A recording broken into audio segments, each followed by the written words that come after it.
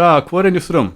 저 여전히 마스크를 쓰고 요즘은 이제 방송국에서 뭘 할 때도 마스크를 다 쓰고 하는 분위기라 예, 그새 저희가 지난주에 녹음을 월요일 날 했는데 그때 선제적으로 마스크를 쓰고 했는데 화요일 날부터 제가 라디오 가보니까 다 마스크 쓰고 하더라고요. 지금은 뭐 또 영상으로도 많이 나오고 하니까 네네. 라디오도 안 쓰고 하는 분위기가 아니죠 요즘은. 다들 많이 쓰고 있는데 어쨌든 간에 계속들 조심들 하고 계신 거라고 믿고 있고요. 요새 되게 재밌는 게 그 페이스북에 그 화장품 광고 같은 게 올라오잖아요.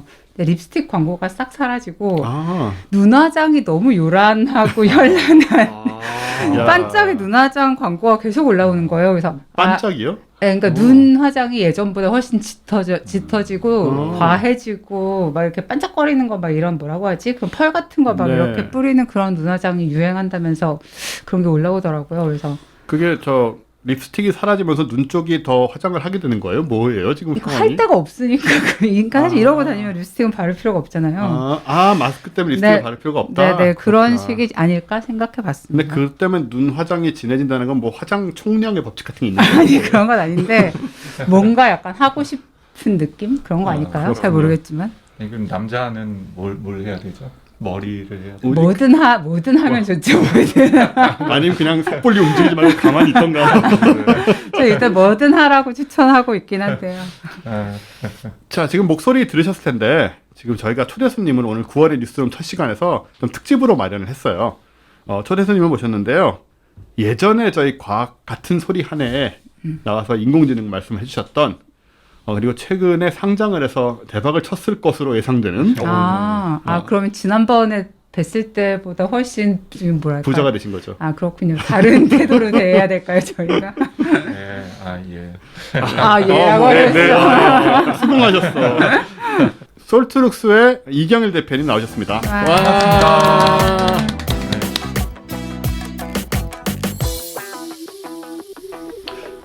저희 방송 좋아하시죠?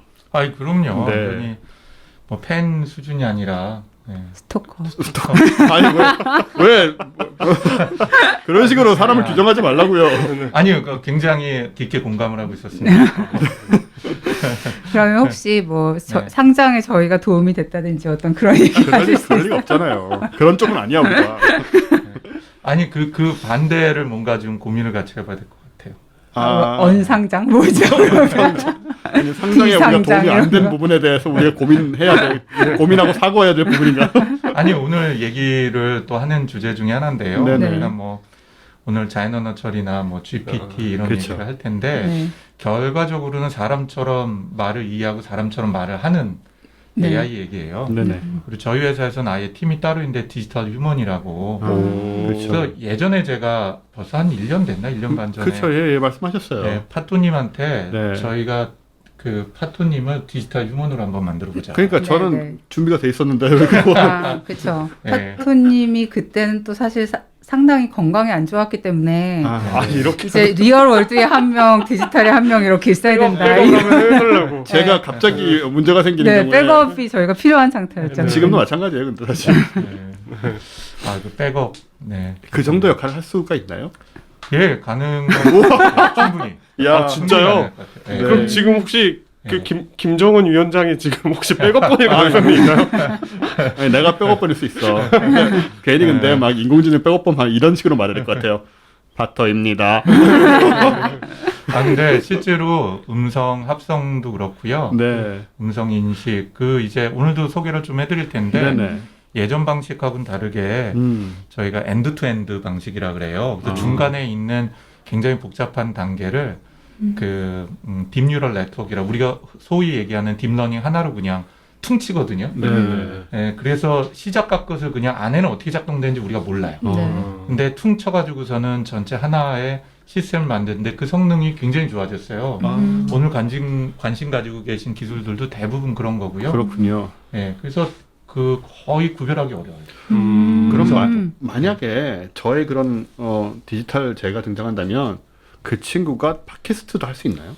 그렇죠. 어느 정도는 예. 그러니까 제가 보기에는 뭐 멀지 않은 시간에 눈치채지 못하게 이제 파토 두 분이 계실 수도 있죠. 진짜 화장실 필요 진짜 없겠구나. 파토님과 들어왔다가 와. 네, 야, 더더군다나 작년에 저희가 우리 저 팟캐스트 녹음한 거 전체를 아, 저희가 맞죠. 받았을 그쵸, 네, 그쵸. 네, 네. 그래서 거기에 세 분의 목소리가 다 있어요. 아, 네네. 그래서 목소리 한 30분 정도면은 굉장히 비슷하게 하고요. 아, 3시간 와. 정도면은 구별하기 좀 어려워요. 진짜요? 야, 우리는 완전 구별 안 되겠네요. 그냥 구별하기 안 될 정도로 거의 유사하게. 우와. 나와요. 거의 10년 했는데 팟캐스트를 그러면은 아, 네. 그래요? 우와. 그러면 예를 들어서 파토님의 목소리로 파토님이 할 만한 말을 하나요? 그렇죠. 오. 그게 이제 오늘 얘기를 하는 기술 여러 가지가 붙으면 돼요. 아, 네네. 네. 그러니까 그동안 제가 1년 동안 아무 말씀도 없으셨길래 두 가지 생각을 했어요. 1. 기술이 안 되거나 2. 내가 별로구나. 아니다. 3이었어요. 제가 바빠서. 네. 제가 바쁘고 정신이 없어서 연락을 못 와. 드렸죠. 그래서 이렇게 말씀 지금 청취자 여러분 들으셔서 대충 눈치채시겠지만 기본적으로 요즘 하도 뭐 GPT-3 저희 방송에서 얘기를 했지만 화제가 전 세계적으로 되고 있고 그래서 그 관련된 자연어 처리라던가 뭐 자연어 생성이라던가 그런 식의 부분들을 또 GPT-3와 뭐 이런 것들을 같이 이제 말씀을 들어보려고 우리나라 최고의 AI 회사인 솔트룩스의 이경일 대표님 모신 거고요. 근데 나중에 이거 우리 방송 통해서 데몬스트레이션 해보면 진짜 제 아바타를 등장시켜서 그럼 대박이겠다. 그 그러니까요. 들으시는 분들 굉장히 실감 나실 것 같아요. 네. 그거는. 네. 그래가지고 3명 다 만들어가지고 뭐라고 막 말을 한 다음에 1시간 정도 한 다음에 마지막에 진짜 우리가 나오는 거야. 사실은 아닙니다. 근데 영상도 찍는데 여기는 뭐 어떡하지? 뭐 세워놓을까 이렇게 종이로? 그러니까 그 디지털 휴머는요 대부분 이제 실제로 3D 아바타 캐릭터를 만들죠. 아, 와 대박. 그리고 물론 딱 완전히 현실하고 똑같이 보이진 않아요. 네. 그럼에도 불구하고 굉장히 점점 닮아가고 있죠. 야. 올 초에 그 CES라고 네네. CES라고도 하는 네. 그 실리콘 라스베가스, 라스베가스에서 하는 그 행사에서 삼성전자에서 투자한 회사 중에 하나가 이온이라고 하는 아, 네, 저 그거 봤어요. 예, 예. 네, 그 이온. 거의 사람 비슷하죠. 근데 그거는 뭐라 그러죠? 실시간은 아니에요. 실시간은 아니고요. 사전에 현재로서는. 생성되긴 하는 아. 건데 워낙 연산량이 많아서요. 그 얼굴이나 이런 건 정말 완전히 사람이더라고요. 예, 예. 네. 몸 제스처도 그렇고. 네, 아, 네. 진짜요? 움직이고 이런 게 2D 화면에 2D. 저기 그러니까 디스플레이 안에 디스플레이지, 들어있는- 디스플레이. 그렇죠. 디스플레이 안에 3D 로? 모델이 있는 거죠. 네. 그러니까 저기 공중에 3D로 투사되고 이런 기술은 아직 생기지 않았어요. 홀로그램. 홀로그램은 아직 값도 비싸고. 네. 아, 저 이온 저도 좀 유심히 봤는데 네. 그거는 이제 사실 비서라기보다는 디지털 비서라기보다는 일종의 컴패니언 친구 같이 해가지고 대화를 계속 할 수 있는 네. 그런 존재로서 아예 좀 포지셔닝이 돼 있었던 것 같고 네. 현재까지는 뭐 대화를 나누고 그러진 않은데요. 네네. 일종의 3D의 가상의 캐릭터를 네. 사람과 구별하기 힘들 정도로 기계가 자동 생성할 수 있겠냐. 아, 네. 거기에 이제 집중한 거에서 예. 상당히 큰 관심을 보이게 한 거죠. 영상적으로는 완성도가 굉장히 정말 대단했어요. 네. 여튼 뭐 나중에 혹시라도 저희 팟캐스트에서 그런 식의 뭔가 데몬스트레이션을 할 수 있지 않을까 기대해 보고요. 네. 오늘은 이제 GPT-3와 그 관련된 얘기 또 직접 개발하고 계시는 기술 얘기, 자연어 관련된 얘기를 또 우리가 많이 듣게 될 텐데 그 전에 저희가 이제 오프닝을 간단하게 하고 가겠습니다. 제가 오프닝 준비한 것이 또 관련된 거라서 인공지능이랑 요거는 우리가 역시 큰 관심을 가지고 있던 일론 머스크의 뉴럴링크 예, 얘기인데 지난 28일 날 저 미국 시간으로 28일 날 이제 시연회가 있었어요. 드디어 아 뉴럴링크에 대한 뉴럴링크 시연이요? 시연회를 일론 머스크가 직접 했어요. 그러니까 네. 뇌에 뭐 꽂는 거죠? 그렇죠. 네. 뉴럴링크는 뭐냐면 이제 뇌에 이식하는 칩이고 그 칩을 통해서 이제 컴퓨터하고 정보를 주고받겠다. 그리고 이제 이게 재밌는 게 무선으로 정보를 주고받기 때문에 오. 여기서 이제 응용되는 개념들이 있는 거예요. 예를 들어서 사람하고 둘이 이제 뭐 컴퓨터를 매개하겠지만 아마 신호를 두 개 주고받게 되면은 이제 기술적으로 텔레파시를 구현할 수 있는 거죠.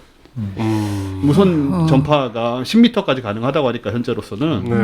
그러니까 단지 컴퓨터하고 연결한다라는 게 우리가 컴퓨터가 인간이 연결해가지고 뭐 컴퓨터의 신호를 우리가 뭐 물론 그것도 굉장히 대단한 일이지만 컴퓨터의 뭐 메모리를 읽어들여서 뭐 혹은 뭐 내 뭐 생각을 백업한다거나 이런 것도 어마어마하게 대단한 일이긴 하지만 거기서 파생되는 것 같은 게 지금 말씀드린 텔레파시 같은 개념이 기술적으로 가능하다는 얘기가 되는 거거든요. 네, 그러니까 이게 참 여러 가지 잠재력을 갖고 있긴 한데 이게 뭐 되겠느냐? 나는 또 작년에 또 그런 생각도 있었는데 어쨌든 지금 28일 날 시연을 했고 시연은 뭐였냐면 돼지한테 이걸 전극을 심은 거예요. 네. 돼지한테 전극을 심어서 이 돼지가 지금 2달째 멀쩡하게 살아 있습니다. 거트루드란 이름의 돼지인데 누군가의 할머니 이름인 것 같다. 그렇죠. 굉장히 좀 고색창연한 이름인데 그래서 이 돼지가 이제 냄새를 맡을 때 이제 냄새를 맡으면 정보가 들어오니까 돼지 뇌에서 이제 뉴런이 발화를 하게 되잖아요. 네네. 그걸 이제 실시간으로 컴퓨터가 읽어서 오. 그 발화할 때 그 그래프를 이제 보여준 거죠. 오. 그러니까 지금 뭐 그럼 돼지가 무슨 냄새 맡는지 알 수 있는 거예요? 아직은 그렇게까지 안 되는 것 같은데 네, 네, 그러면 네. 그 얘기를 하지 않았겠어요 아마 아, 이 시간 네, 할 때. 지금은 이제 그 정보를 다 뭐 분석해가지고 뭘 하고 있다 이런 걸 다 보여줄 상황은 아닌 것 같아요. 그런데 어쨌든 간에 뉴런이 발화할 때 적어도 그거를 이제 신호로 무선으로 받아서 컴퓨터에서 실시간으로 바로 보여줄 수 있는 그 정도 이제 그 통신 상황이라든가 이런 것들은 구축이 돼 있다라고 보이는 것이고 이 칩이 지금 링크 0.9라고 하는데 지름이 23mm, 두께가 8mm 되니까 생각보다 크네요. 동전보다 조금 크다고 봐야겠죠? 네, 생각보단 커요. 네. 현재로서는 이건 뇌에 넣기 싫잖아요, 이 정도 크면 네, 그죠? 네. 하지만은 이제 예전에 제가 여기도 얘기를 드렸지만은 예전에는 이 귀 뒤에 작은 어떤 뭐 USB도 아니고 이런 네, 모듈이 소켓 또 같은 거를. 있었어요, 이렇게. 근데 거기에 이제 칩속에다 합쳐져가지고 칩 자체가 이제 전부 무선으로 연결되는 그럼 그 전원은 어떻게 무선 충전을 한대요. 진짜요? 네, 이게 여기 적혀 있기를 충전하면 하루 종일 쓸 수 있다고 하길래 그럼 네. 어떻게 그 하루 끝나면 뭐 빼서 충전해야 되나 생각을 했는데 무선 충전을 통해서 이제 계속 유지를 할 수 있는 그러면 것 같고 돼지가 이렇게 거치대에 가서 이렇게 누워서 있는 거예요.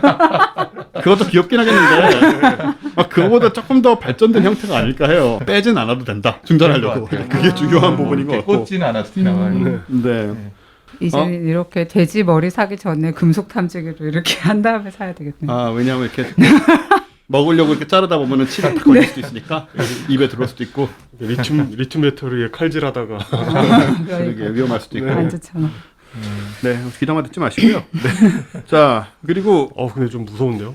예, 이게 이제 현실화되고 있는 건 맞는 것 같아요. 초기 단계긴 하지만. 근데 사실은 돼지보다 사람 뇌 지도는 더 우리가 구체적으로 갖고 있잖아요. 그렇겠죠. 근데 사람이 할 수 없으니까 좀 네, 아직은. 그러니까 만약에 이제 그 사람에 된다고 하면 좀 뭐 약간 좀 원래 이제 머스크 특유의 그 약간 앞서가는 시간적으로 앞서가는 관점이 있잖아요. 네. 원래는 2020년에도 그러니까 올해죠. 올해에 인간 뇌에 칩을 뭐 심겠다는 얘기를 했었어요. 근데 뭐 안 된 것이고 다만 이제 쥐와 원숭이 뇌에는 또 심었었고 예, 그런 상황인데 뭐 사람에게 하기 위해서는 지난번에 작년에 시연할 때도 이거를 이제 사람에게 하기 위한 허가를 받기 위해서 지금 또 보이고 있다 이런 얘기를 했는데 지금은 또 그것도 그렇지만은 회사를 좀 키워서 지금 회사가 100명 수준인데 10,000명 수준으로 키우겠대요. 그런 식으로 이제 또 발전시키고 사람들을 또 끌어들이기 위해서 더 이런 걸 하고 있는데 그리고 지금 또 하나 보여준 게 뭐냐면 이걸 칩을 심는 전극을 심는 로봇이에요. 예. 멋있더라고요. 그러니까요. 생긴 게 굉장히 뭐라고 설명할 수 없게 생겼어요. 뭐같이 생겼다고 해야 될까 이거를? 그 SF 중에서 무슨 에일리언 그 예. 큰 그 엔지니어가 타던 그 엔지니어 왜 몸 큰 엔지니어가 네, 타던 네, 네. 우주선 자석 같은 것보다 멋있어요. 약간. 예.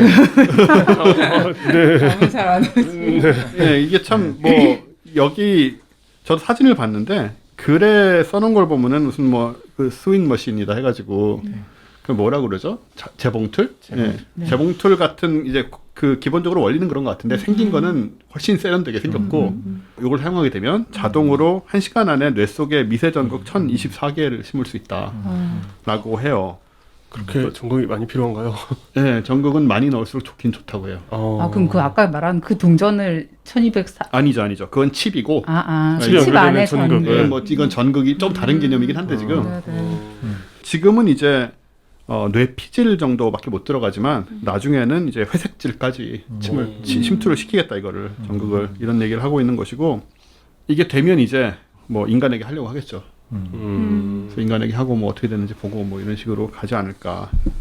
근데 늘 처음에 이런 거 할 때는 항상 이제 의료용이라고 얘기를 하잖아요. 맞아요. 지금도 이제 그러고 있어요. 뭐 파킨슨 병이라든가 뭐 이런 거를 낫게 할 수 있다. 하반신 마비라든가 이런 거 뭐 지금도 쓰고 있지만 일부 지금은 이제 전국수가 훨씬 적은 식으로 아, 그렇겠네요. 저는 이거를 누가 자기 머리에 넣을까 생각을 했는데 환자분들이라면 가능하겠군요. 환자분들은 이미 좀 이제 하고 있는 경우가 사용하고 있는데 팔다리 움직이는 그쵸, 부분이나 네네. 이런 것도 그런데 이제 물론 이제 거기서 끝나는 건 아니고 뉴럴링크는 다들 아시는 것처럼 뇌파로 소통을 하고 아까 말씀드린 것처럼 그다음에 메모리를 뭐 보내고 받아들이고 이런 것까지 다 하겠다 컴퓨터랑 이런 얘기를 하고 있는 거죠. 돈을 엄청나게 많이 지금 쏟아붓고 있어요. 일단 2016년에 뉴럴링크가 설립이 됐는데 앨런 머스크만 이제 1억 달러를 투자를 했고 네. 1,200억이죠 본인이. 네.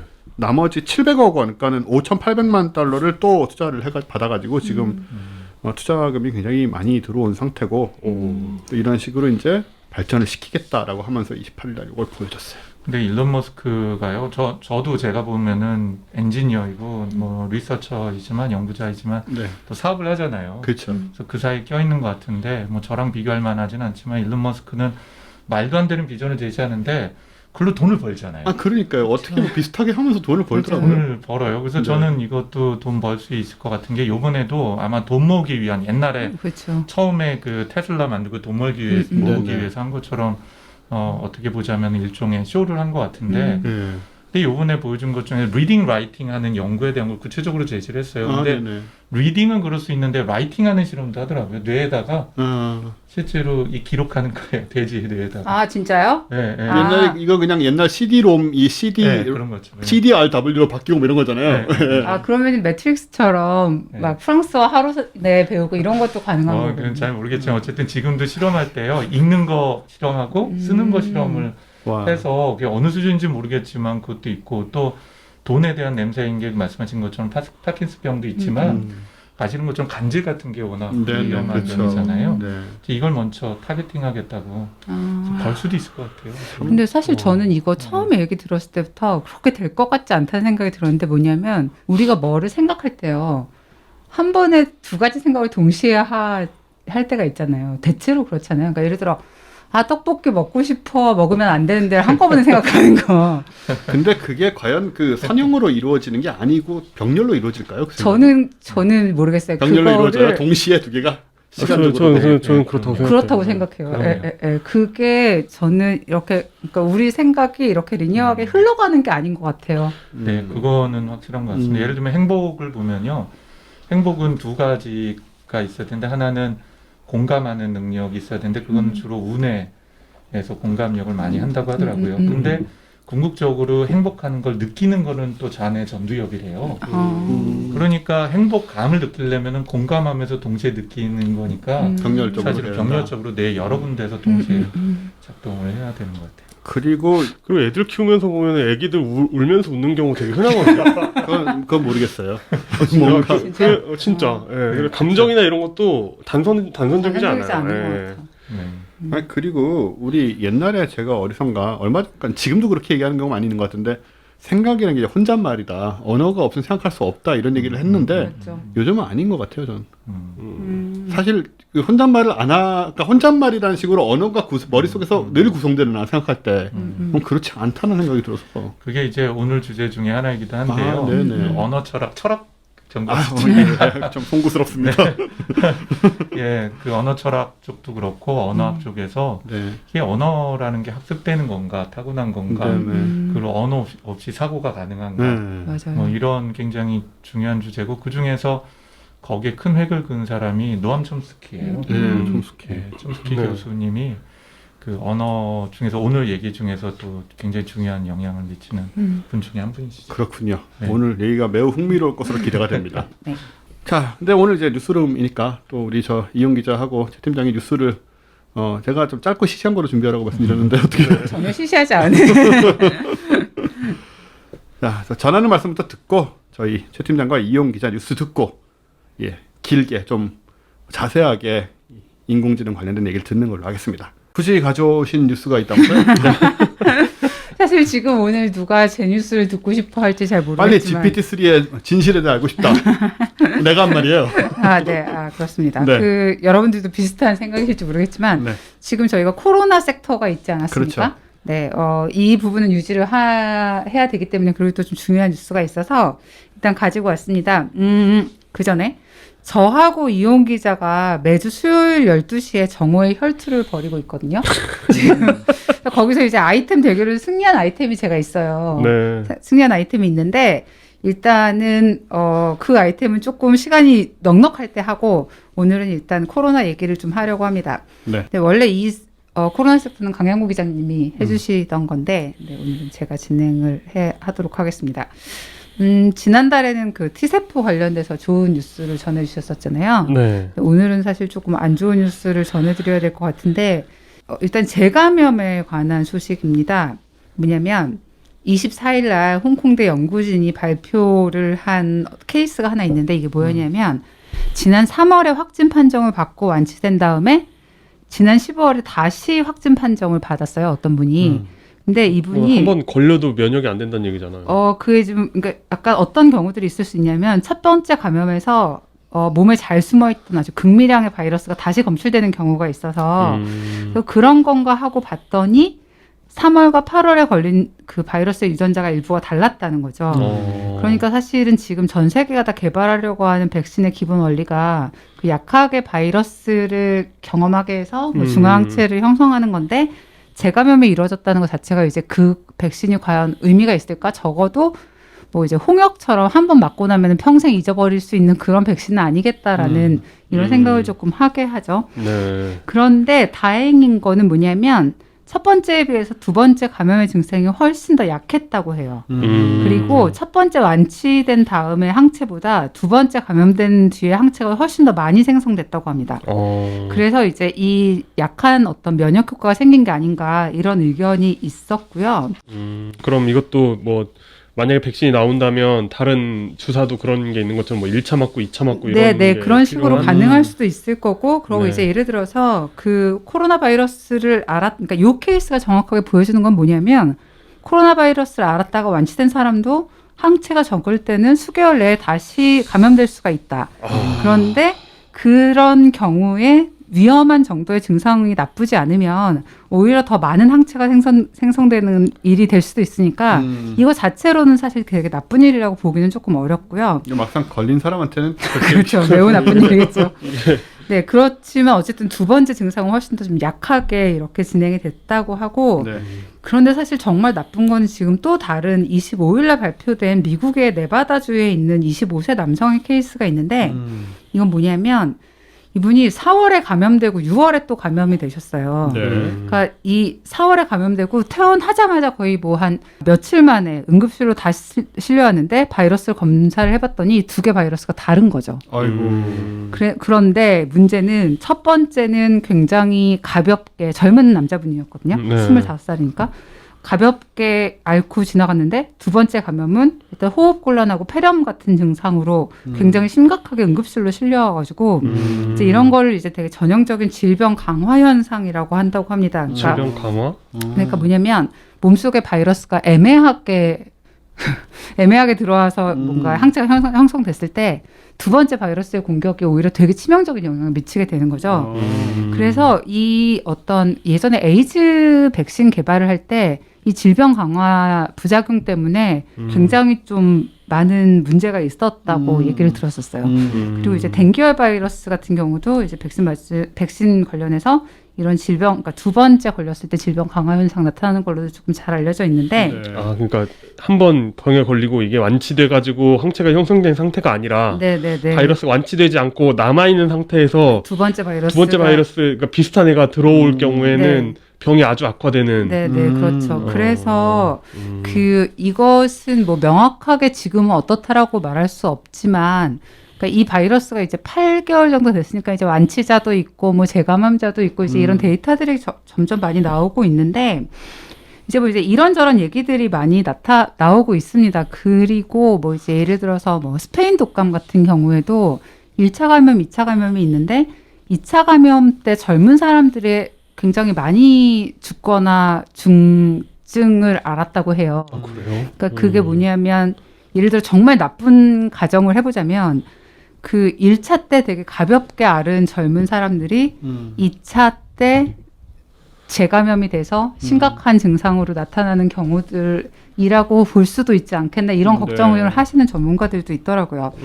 그런데 어쨌든 지금 뭐 이제 이 홍콩의 사례하고 미국의 사례는 굉장히 좀 다른 사례니까 사실은 이제 재감염 자체가 되게 뭐 무섭다 뭐 이렇게 말할 수는 없을 것 같고 단지 그런 거는 알 수 있죠. 그러니까 한 번 걸렸다고 해서 영원히 뭐 어떤 면역 항체가 생기는 것은 아니다. 그리고 그게 재감염이 일어났을 때 양상이 항상 똑같은 것도 아니다. 근데 지금은 일단 케이스가 아직은 많지 않고 이제 뭐 브라질이며 뭐 어디며 다 이제 이런 재감염 증상들이 나타나기 시작하니까 이제 이 부분에 대해서 좀 체계적인 연구가 필요하다는 그런 얘기고요.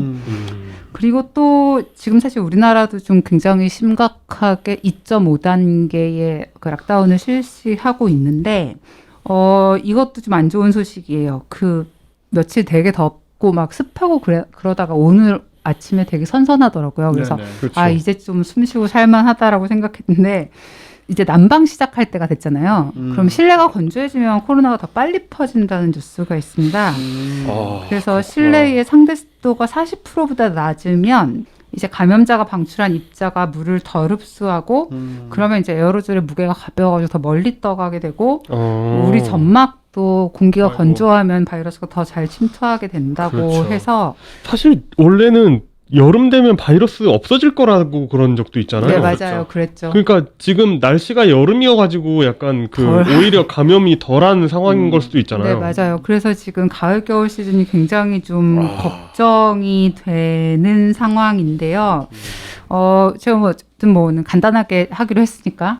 네, 일단은 여러분들도 정말 조심하시면서 건강한 하루하루 이어가셨으면 좋겠습니다.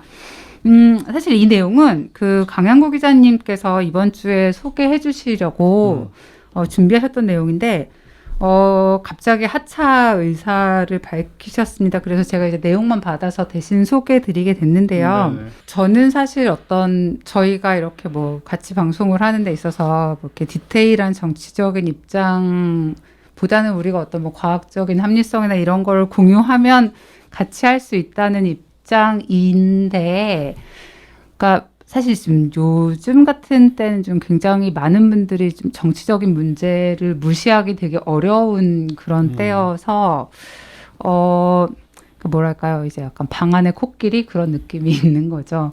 그러니까 많은 분들이 뭐 이렇게 과학 얘기만 들으세요라고 말을 해도 이제 그 코끼리를 무시할 수 없는 뭐 그런 상황인 것 같습니다. 저희한테 이렇게 많은 분들이 의견을 주시기도 했고. 어쨌든 강양구 기자님이 뉴스룸에서 하차하시겠다고 알려오셨고요. 네, 저희가 또 다음 달부터는 새로운 분과 함께 뉴스룸을 준비하도록 하겠습니다. 자, 드디어 이제 그 들러리들이 끝나고 되게 재밌게 들어놓고선 저렇게 말하면 약간 그래도 다른 분들도 그 앞에 다른 뉴스도 들으시라고 이렇게 앞에다 배치해 주시는 현대한 배려. 여기서 제가 지금 여기 편집된 시간을 말씀드리면 일로 점프할 수도 있잖아요.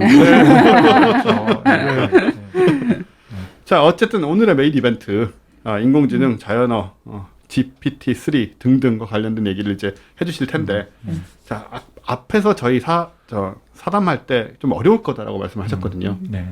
예, 많이 어려울까요? 예, 그 어려운데요. 네네. 그거를 우리 여기 옥스퍼드 교수님과도 하시고 그분은 특히 저희의 레벨이 이 일반 상대성 이론과 특상대성 이론을 다 공부를 하는 레벨인데 공부인지 모르겠지만 그거보단 쉬울 거예요. 네. 근데 좀 어쨌든 그 많이들 낯선 주제라서 네네. 가능하면 쉽게 말씀을 드릴 텐데 세 분이 중간중간 오히려 질문도 많이 해주시면 네, 알겠습니다. 좋을 것 같습니다. 예, 한번 시작해 주시죠. 네. 일단 요번에 그 GPT라는 것 때문에 굉장히 많은 관심이 증가됐죠. 네네. 그리고 저도 이 방송 보면서 특히 최 팀장이 그렇게 열정을 갖고 최 팀장님께서 공부하시는지 몰랐거든요. 사례 조사도 하시고 그래서 저보다 오히려 사례는 더 많이 하실 것 같고요. 제 네. 주말 하나를 다 맞춰서 그게 너무 신기해서 완전 계속 보게 꽂혔었지. 됐었어요. 네네. 꽂혔었어요.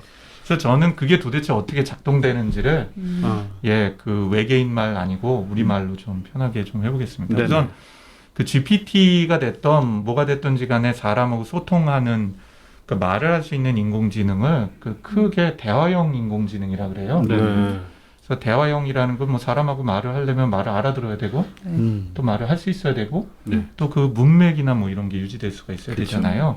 근데 그러려면은 그냥 얼뜻 생각을 하면은 일단 글로 쓴 게 아니라 음성으로 한다 그러면 뭔가 음성을 인식하거나 그죠. 또 말을 생성을 해야 되는 기술이 필요하고요. 네.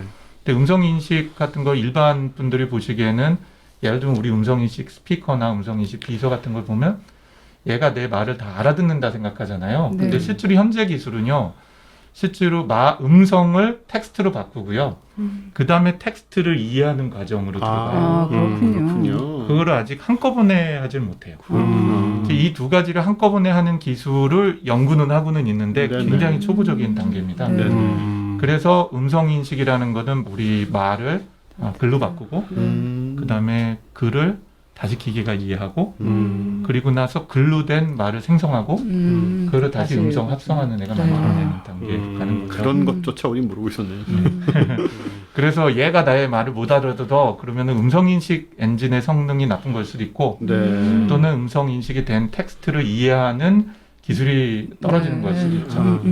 그래서 지금 기술로는 뉘앙스 같은 걸 전혀 그러니까 잘한다와 잘한다라던가 괜찮아와 괜찮아라던가 이런. 시도는 해요. 네. 그래서 뉘앙스도 그렇고요. 감정 같은 거를 인식을 하는데 그거를 또 음성단에서 하기도 하고요. 의문론이라고 해서 뭐 잘한다 뭐 이런 것도 있어요. 아 잘한다 이게 결과적으로는 액센트하고 발화가 이루어지는 음성이 이루어지는 형태에 따라서이기도 하지만 또 뒤쪽에 표현하는 언어에 따라 다르기 때문에 그렇죠. 우리 뇌가 그래서 이 두 가지가 한꺼번에 작동돼요. 근데 현재 우리 기술은 우리 뇌처럼 이 두 가지를 한꺼번에 하는 걸 잘 못하는 거죠. 네. 그래서 어쨌든 발전을 하고 있는 과정이고요. 결국 우리 호모사피엔스 사피엔스하고 네안데르탈린하고 큰 차이를 보이는 게 언어일 거라고 추정을 하고 그래서 언어 문제가 사회적인 인간을 만들어내고 그리고 또 우리가 소통함으로써 문제 해결도 하고 네. 경쟁력을 키운다고 주장을 하고 있잖아요. 네.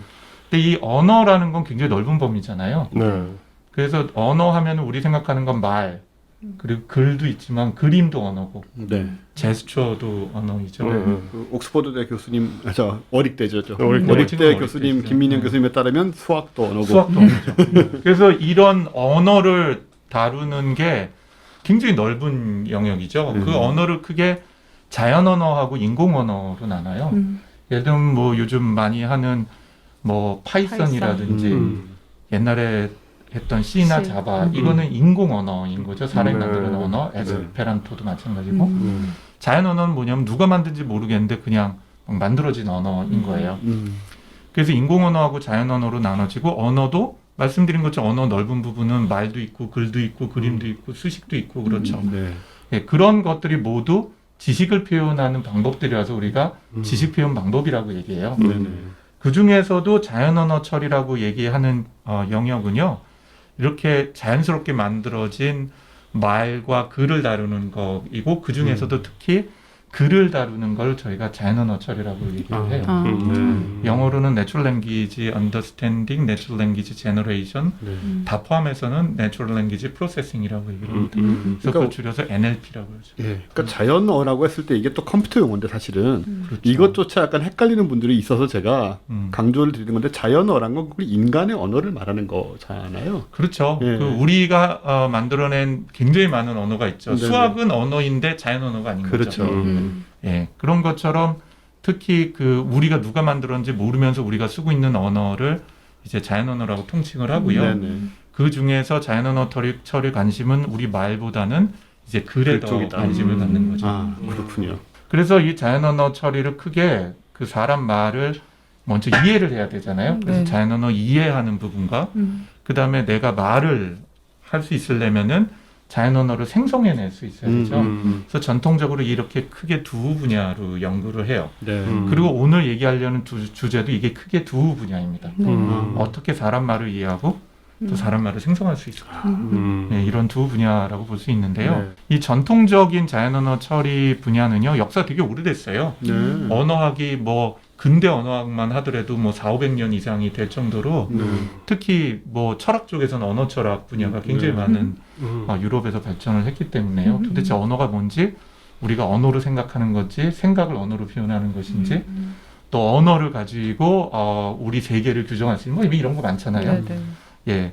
그런데 실제로 이거를 전산 언어학이라고 해서 사람이 하는 그 말과 글, 그 중에서 글을 컴퓨터가 처리할 수 있도록 하는 게 1930년, 40년부터 발전하기 시작을 했죠. 컴퓨터의 역사와 같이 시작했다고 완전히 해서. 같아요. 네. 그러니까 튜링이 제일 먼저 관심을 가졌었던 게 바로 이 언어 문제니까요. 네, 네. 그래서 아시는 것처럼 흔히 우리가 튜링 테스트라고 얘기하는 아, 그렇죠. 공식 용어는 이미테이션 게임이거든요. 네, 네. 근데 그것도 결국은 언어로 어떻게 인공지능이냐 아니냐를 그러네요. 해결하려고 그러고요. 네. 또 모순을 발견하려고 하는 것도 차이니스 룸이라고 해서 네, 그렇죠. 중국인의 방도 중국어. 네. 그것도 똑같이 언어 언어에 대한 문제로 이제 접근을 하는 거죠. 그러니까 자연어 처리를 그냥 기본에 깔고 있네요. 그런 그렇죠. 테스트들이. 예, 그래서 실제로 어떻게 보자면 컴퓨터나 소프트웨어의 역사라는 거는 AI 역사하고 같아요. 그걸 뗄 수가 없습니다. 그분들은 사실은 컴퓨터를 만들겠다고 생각하셨던 분이 전혀 아니에요. 특히 근대 컴퓨터를 만든 분이 폰 노이만 박사인데 네. 이분을 포함을 한 대부분은 진짜 지능을 갖는 기계라는 꿈을 갖는 거고요. 그 단계별로 발전하는 것에 이제 근대 현대 컴퓨터가 하나씩 만들어진 거죠. 그러니까 컴퓨터라고 하면 우리가 뭐 계산기라는 식으로 옛날에 또 그런 식으로 심지어 번역도 했었는데 아주 옛날엔 계산기라고 하지만 그건 이제 그 컴퓨터의 어떤 기능인 것이지 컴퓨터를 실제로 만든 사람들은 지능을 가진 기계를 만들려고 만들고 했다. 싶었던 거죠. 예, 처음부터. 처음부터 그랬고요. 의미심장하네요. 예. 근데 어쨌든 다시 그러면은 자연 언어 처리나 언어 쪽으로 들어오면 네. 이 초기의 자연 언어 처리는 정확히 보면 10년 전 이전까지만 하더라도요. 컴퓨터가 인간의 말을 어떻게 이해할 수 있을까를 하는 출발점이 전통적인 언어학자들이 연구해 온 것들을 어떻게든 컴퓨터가 해석을 할 수 있도록 하려고 노력을 했어요. 그래서 예를 들자면은 배를 많이 먹었으니 배가 부르다. 그럼 이 배 두 개가 도대체 어떤 의미를 가지고 있는 건지. 또 어렸을 때 가끔 하던 아버지 가방에 들어가시다. 네. 그러면 이 진짜 가방일 가능성은 우리는 없기 때문에 네. 가가 조사고 방은 아마 룸일 거라고 상상하는 거. 뭐 우리 아버지는 거북선을 사오시라고 하셨지. 그럼 이 거북선은 그렇죠. 담배라는 걸 아는 것. 이런 걸 이제 의미를 기계가 이해할 옛날 수 사람들. 거북선이 안 나온 지 한 20년 됐잖아요. 예, 그렇죠. 그래서 이런 거를 기계가 가르치도록 어떻게 할 수 있냐 하는 거를 하니까 그 이론을 규칙으로 다 만든 거예요. 예를 들면은 명사가 나오면은 우리말이다. 그럼 명사 다음에 주격 조사가 들어가면 이게 주격으로 주어 역할을 하는구나 하는 것들을 규칙으로 다 만들어 놓는 거죠. 그리고 나라는 게 올 수 있는 거는 대명사도 될 수가 있지만 아까 배 같은 경우는 또 명사도 여러 종류의 다른 의미를 갖잖아요. 네. 그럼 그걸 사전으로 다 만들고요. 그 다음에 기계가 그 문장 하나하나를 잘라가면서 이제 해석을 하는 거예요. 네. 예, 이런 게 2010년까지도 지금부터 10년 전까지도 전체 기계가 어떻게 사람 말을 이해하는지 하는 거에 그 중심 역할을 했어요. 그런데 어느 순간에는 그거를 좀 자동화시켜보자. 그래서 언어 현상, 사회 현상, 왜냐면 언어는 또 사회 현상을 반영을 하고 있으니까요. 그런 것들을 하기 위해서 이제 말들을 모으기 시작했어요. 네. 우리나라 영화에서도 말모이라는 걸 하잖아요. 네. 그 사람들의 말을 모아갖고 그 말 갖고 말 현상을 하는데 이렇게 모아놓은 말을 우리가 말뭉치라고 얘기를 해요. 말뭉치. 말을 뭉텅거리는 그 영어로는 콜퍼스라고 얘기를 합니다. 저는 네. 콜프라라고 하는데요. 그리고 어마어마하게 많은 말들을 모아놓는 거예요. 그리고 그 말 가운데 있는 다양한 말의 현상들하고 패턴을 발견을 하기 시작을 하죠. 예, 그걸 이제 일종의 콜퍼스 언어학, 말뭉치 언어학이라고도 해서 과거에는 내가 경험한 걸로 이론을 만들었다면 이제 거꾸로 많은 말을 모아내서 그 중에서 이론을 발전시키려고 하는 이런 형태로 이제 발전을 하게 됩니다. 그 인공지능 보면 왜 초기 특히 이제 80년대 이럴 때 인공지능은 컴퓨터한테 뭘 하나하나 다 가르치려고 그렇죠. 했다고 한다면 이제 그게 지금 경향이 변해가지고 뭐 머신러닝이라든가 빅데이터나 이런 쪽으로 온 거잖아요. 그거랑 약간 비슷한 흐름이라고 볼 수 있을까요? 정확히 같은 흐름이에요. 네네. 인공지능이나 기계학습, 특히 인공지능도 분야가 여럿인데 그 중에서 기계학습은 인풋하고요, 아웃풋을 주는 거예요. 예를 들면 인풋으로 아까 X, Y하고 네네. 그 사이에 들어가는 소스와 소스의 개수를 줘요. 동시에. 그러면 이 둘을 만족시키는 프로그램을 짜주는 게 그게 기계학습이에요. 예를 들면 이런 거예요. 그 코로나19에 걸린 분들의 엑스레이 사진 만장. 네. 그리고 그 폐렴에 걸리긴 했는데 코로나가 아닌 분들 엑스레이 뭐 만장. 이 두 가지를 기계한테 같이 줘요. 그러면 이거는 입력값은 엑스레이 사진이고요. 네. 그 다음에 결과값인 아웃풋은 어떤 게 그 코로나 걸렸냐라는 정답을 가르쳐 주는 거죠, 이미. 그럼 얘가 큰 뭔가의 모델을 만들면 이제 제 엑스레이 사진을 찍어서 넣으면 제가 코로나일지 아닐지를 예측하게 되는 거죠. 그러면 예를 들어서 그 경우에 가이드, 그러니까 처음에 사진을 줄 때 이 사진은 코로나 사진이다, 이 사진은 폐렴 사진이다를 구분 안 하고 그냥 집어 넣는 건가요? 그걸 굉장히 예리한 질문을 하셨는데요. 그렇게 막 때려 집어 넣으면은 기계가 알아서 공부한다는 이론이 그게 비교사 학습. 비교사. 비지도. 교사라는 게 또는 비지도 지도, 네, 그 네. 우리가 둘 다 번역어로 씁니다. 그래서 비지도 학습 또는 비교사 학습이라는데 영어는 unsupervised learning이라고 얘기를 해요. 그래서 그런 거는 막 주는데 이게 어떤 게 코로나19가 어떤 건 코로나19야라는 걸 가르쳐 주지 않고 그냥 막 모은 데이터를 집어넣는 거예요. 그리고 교사학습 또는 지도학습이라고 얘기하는 거는 자 여기 2만 장의 사진이 있는데 이 중에 이거는 코로나19야, 이거는 코로나19야가 아니야 라고 얘가 맞춰야 될 정답을 미리 가르쳐 주는 거죠. 그리고 이제 강화학습이라는 기술이 있는데 이 세 가지가 기계학습의 가장 큰 영역이에요. 그 강화학습이 바로 알파고가 바둑둘 때 사용했던 기술이에요. 근데 어쨌든 이 세 가지 기술 중에서 오늘 중요하게 큰 진보를 내고 있는 게 바로 이 비지도학습, 비교사학습 부분이에요. 네. 그래서 이 부분은 조금 이따가는 더 자세하게 말씀을 좀 드릴 거예요. 네네. 어쨌든 그래서 기계가 이제 데이터가 많아졌으니까 데이터를 보고 코로나19인지 아닌지를 구별한다라고 하면 이 문제는 넓은 의미로 뭘 푸는 문제냐면 분류 문제를 푸는 거예요. 코로나인지 아닌지. 그래서 기계학습은 딱 두 가지 문제만 해요. 하나는 분류 문제. 이게 코로나인지 아닌지 또는 뭐 남자인지 여자인지 그리고 또 예를 들자면 뭐 잘생겼는지 못생겼는지 그렇군요. 예를 들면 기준이 뭔지 모르겠지만 그게 중요해요. 기준이 뭔지 모른다는 게. 그렇지만 그래서 어쨌든 분류는 하는 그렇죠. 거죠. 기준이 사진. 뭔지를 가르쳐주는 방식이 이제 지금 딥뉴럴 네트워크가 발전하기 전의 모델이에요. 네네. 그런데 최근에 딥뉴럴 네트워크 또는 딥러닝의 굉장히 큰 진보는 뭐를 했어요? 그 기준이 뭔지를 안 가르쳐주고 그 기준을 기계가 스스로 찾는 거예요. 근데 예를 들어서 네. 아까 말씀하신 것처럼 우리가 폐 사진을 2만 장을 넣으면 이거는 코로나에 걸리고 안 걸린 걸로도 분류할 수 있지만 남자의 폐, 여자의 폐로도 그렇죠. 할 수 있고 뭐 흡연자와 비흡연자로도 할 수 있고 여러 가지 그 범주가 나올 수 있잖아요. 그렇죠. 그러면은 실제로는 그 만약에 이제 그룹핑을 할 때 컴퓨터 내부에서 그 작은 그룹들을 다 서로 가지고 있는 아니에요. 건가요? 그거라기보다는요. 이제 정말 본격적으로 얘기가 들어갈 건데요. 네. 방금 얘기하시는 것도 우리는 인간이기 때문에 우리를 이해하잖아요. 그래서 인공지능이 뭐 숫자 덩어리예요. 통계 덩어리고요. 근데 그걸 몰라도요. 잘 얘기 들어보시면 아 우리가 하는 방법을 얘가 똑같이 하는구나라는 걸 이해하게 되는 거죠. 그래서 저는 인공지능이 사람 수준 되는 건 굉장히 먼 얘기예요. 그런데 우리를 점점 배워가고 닮아가고 있는 거는 굉장히 쉽게 알죠. GPT도 똑같아요. 네. 그 중에서도 방금 얘기하신 게 굉장히 중요한 얘기예요. 뭐냐면 아이가요 말을 계속 1년 내내 엄마가 계속 얘기하고 아빠가 계속 하고 TV를 계속 듣죠. 근데 그렇다고 해서 갑자기 모든 말을 깨우치진 않잖아요. 근데 말을 못하고 엄마 아빠 정도마다 어느 날 갑자기 맞아요. 말을 확 튀어요. 아마 우리 이영철님께서 충분히 최근 들어서 이해를 할 텐데 그 과정이 뭐냐면 머릿속에 말은 못하지만 그 언어를 이해하거나 언어를 말할 수 있는 모델들은 그 프로그램들은 계속 만들어지고 있는 거예요. 그렇죠. 그런데 그 만들어진 것이 아까 말씀하신 것처럼 아까 그 코로나로 다시 들어가면 그게 코로나를 구별하는 건지 남자 여자 폐를 구별하는 건지 또는 예를 들자면 일반 폐렴과 아닌 걸 구별하는지는 뭔지는 잘 모르겠지만 일단 학습을 막 해놔요.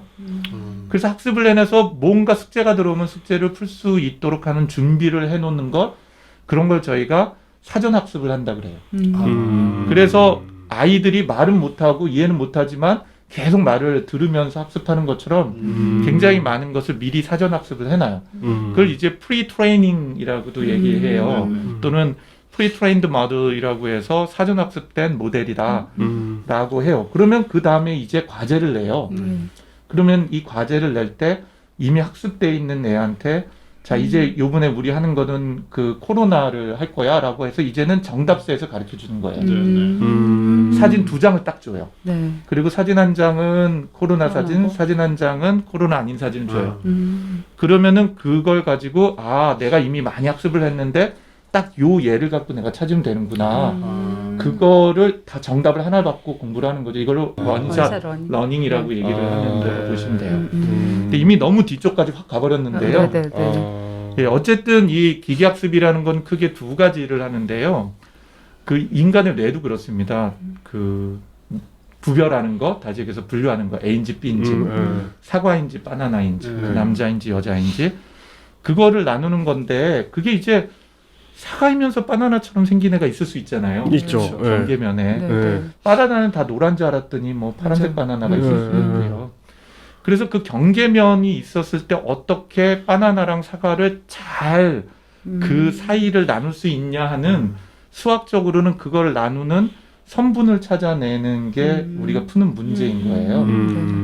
예를 들자면은 우리가 2차원 하면서 상상을 해보면 X축하고 Y축 있잖아요. 그러니까 X축은 몸무게고요. 그리고 Y축은 키예요. 그러면은 몸무게가 많이 나가면서 키가 큰 사람하고 또는 몸무게가 작게 나가면서 키가 작은 사람이나 큰 사람을 우리가 나눌 수 있잖아요. 그럼 도대체 어디를 나눠야 되냐는 거죠, 선분을. 어디부터가 큰 거고 어디부터가 그렇죠. 무거운 거고. 그거를 배우는 걸 이제 샘플 갖고 배우게 되고 학습 데이터 갖고 배우게 돼요. 근데 생각해 보시면 이게 단순히 선으로만 나눠지지 않을 수도 있잖아요. 그렇죠. 이 곡선으로 될 수도 있고 네. 굉장히 복잡할 수 있는데 이게 2차원이면 변수가 2개인 건데 3차원이면 변수가 3개가 되잖아요. 그러면 그걸 나누는 게 뭐가 돼야 되죠? 수학 공부하셨잖아요. 면이 돼야 되죠. 그럼 면이 돼야지 이 면 갖고 둘을 나눌 수가 있게 되잖아요. 그렇죠. 4차원이면 4차원 공간이 되는 거죠. 그런데 실제 지금 저희가 하고 있는 것들은 대부분 이 딥러닝을 포함한 기계학습에선 많게는 한 500차원까지 해요. 네, 그러니까 그건 이제 2차원에서 선을 찾는 문제가 아니라 500차원에서 뭔가에 우리가 상상할 수 없는 그 공간을 찾는 거예요. 근데 수학적으로는요. 1차원이나 500차원이나 똑같아요. 단지 복잡도가 증가되고 연산하는 양이 어마어마하게 늘어나는 거죠. 네, 수학적으로는 기호적으로는 똑같아요. 뭐 기하학적으로 접근하는 게 아니니까 지금. 그렇죠. 네. 499차원의 도형을 생각할 필요는 없는 거죠. 전혀 없는 거예요. 그 이제 무의미한 거죠. 네네. 네, 근데 어쨌든 아까 그래서 핵심을 잘 찝으셨는데요.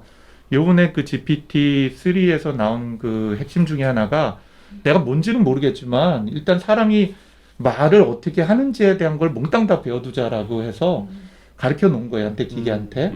그리고 나서 나중에 그걸 갖고 뭘 쓸지를 나중에 결정을 하는 거예요.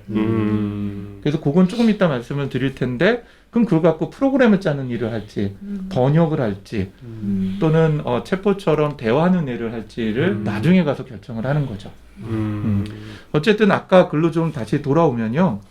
그래서 기계학습이 발전하면서 데이터랑 알고리즘 2개만 있으면 많은 데이터에다가 일반화된 알고리즘을 통해서 특정 문제나 도메인, 그 세상을 이해할 수 있도록 하는 프로그램 또는 모델을 기계가 스스로 만들게 한 거죠. 근데 2000년 초반기에는 뭐 옛날에는 HMM이라는 게 있었어요. 히든 마르코프 모델이라고. 그다음 뭐 SVM이니 CRF 다 잊으셔도 된다. 뭐 이런 것들이 있었는데 이걸 다 평정한 게 우리 맨날 들어봤던 딥러닝이라는 거예요.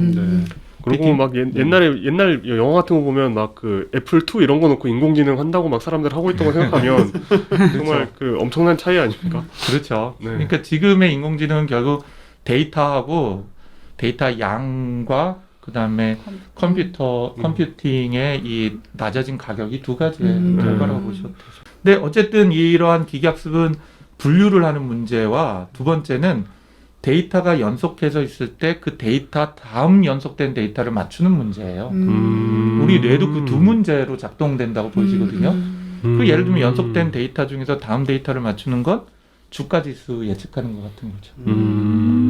그리고 우리가 다 아는 것처럼 IMO 다음 뭐죠? 내가 거리고 네. 그다음에 또 IMO 그다음에 닥터가 떠올랐을까? 나 되게 박사가 되고 싶은 거야.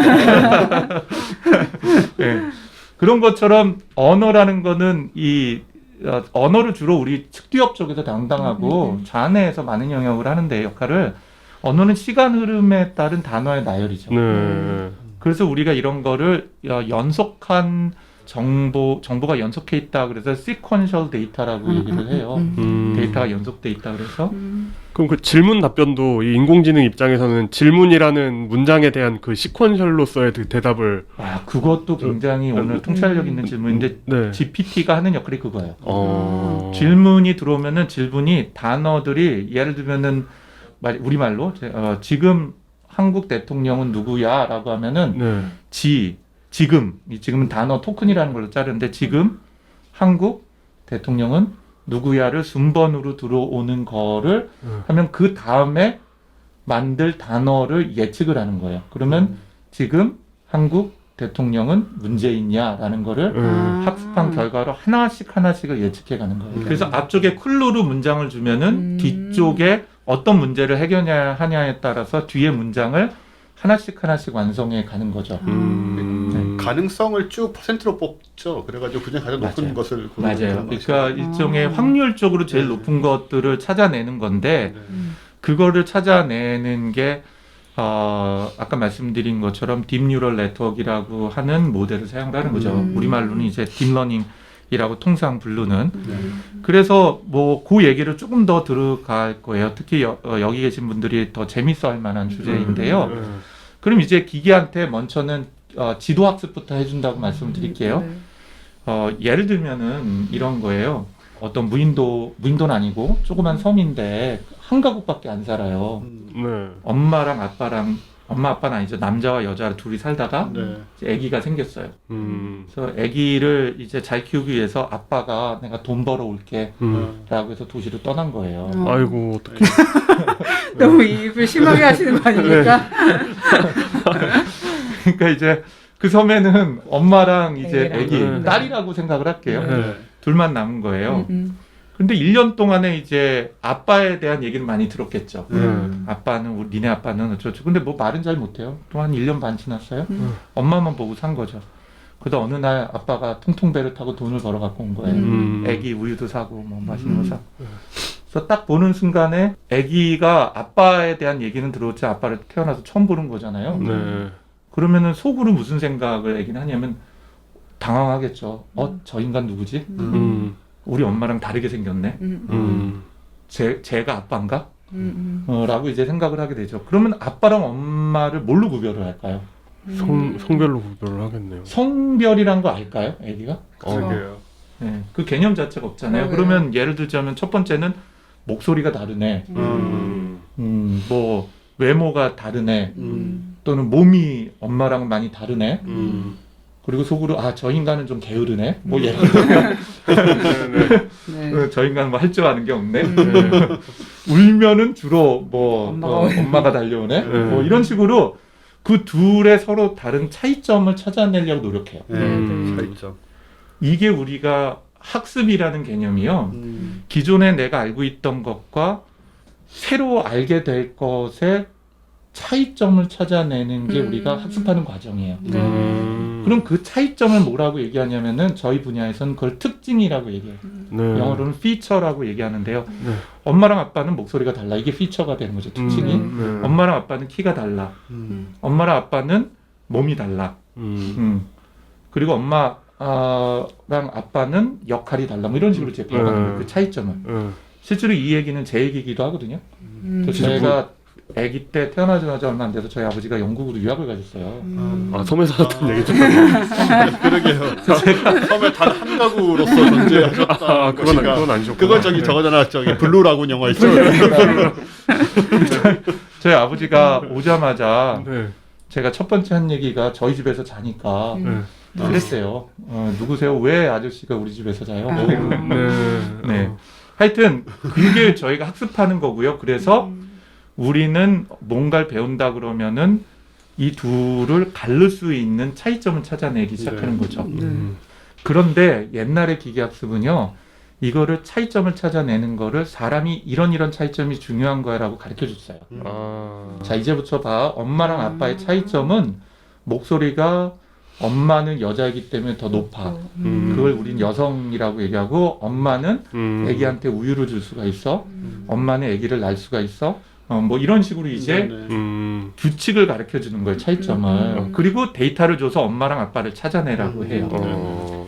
근데 이등병 때 배우는 피하 식별 요령 표 그렇죠, 같은 그 피하식별을 암구어 같은 거 배우는 거예요. 네. 근데 최근 들어서 왜 그러면 딥러닝이나 이 기계학습이 발전했냐라고 그러면 그거 자체를 기계 보고 네가 찾아봐라고 하는 게 시작이 됩니다. 그렇지. 피하 식별 표 보는 것보다 적군을 많이 만나보는 게 적군을 많이 만나보고 나서 도대체 아군하고 적군이 뭐가 틀린지 그 차이점을, 그 옷이 틀린 건지, 이 전투모가 다른 건지, 무기가 다른 건지 찾아내도록 하는 거예요.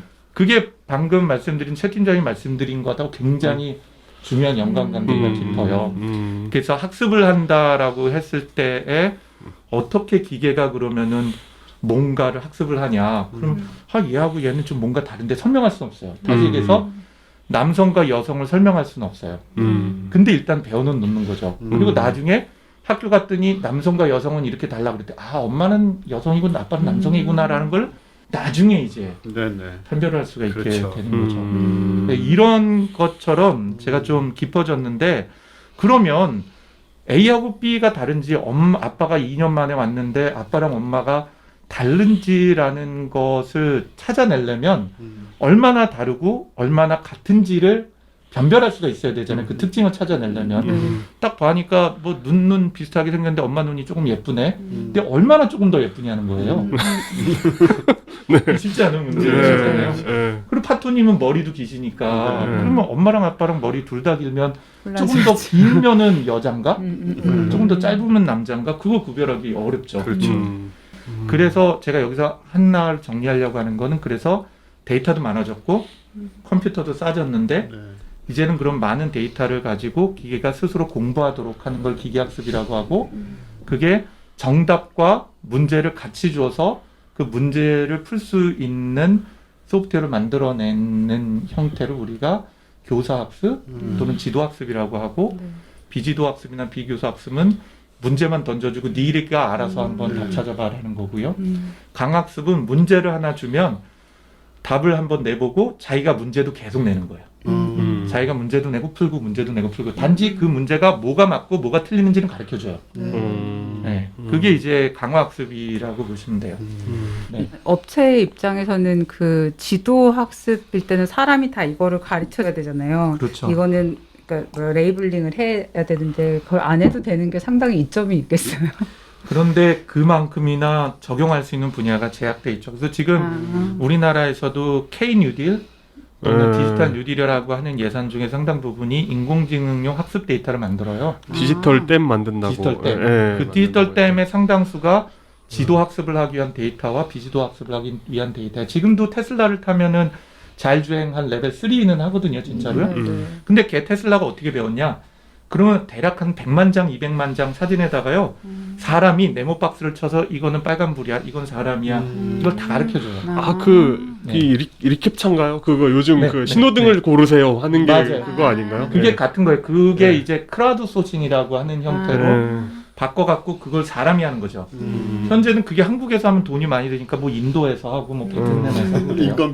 인건비니까요. 그래서 지금 예를 들면은 그 디지털 뉴딜 쪽에서도요, 지금 우리 실업률이 증가되니까 단기적으로는 이 데이터도 생성을 하면서 데이터 만드는데 현재 실업으로 있으신 분들이 그 일을 해서, 우리가 사실은 예를 들자면 재난지원금을 하면 그냥 써버리고 말잖아요. 근데 그게 아니라 미래 우리의 후배나 아이들이 쓸 수 있는 데이터를 생성할 수 있도록 하는 자산을 만들자는 개념이에요. 좋은 것 같아요.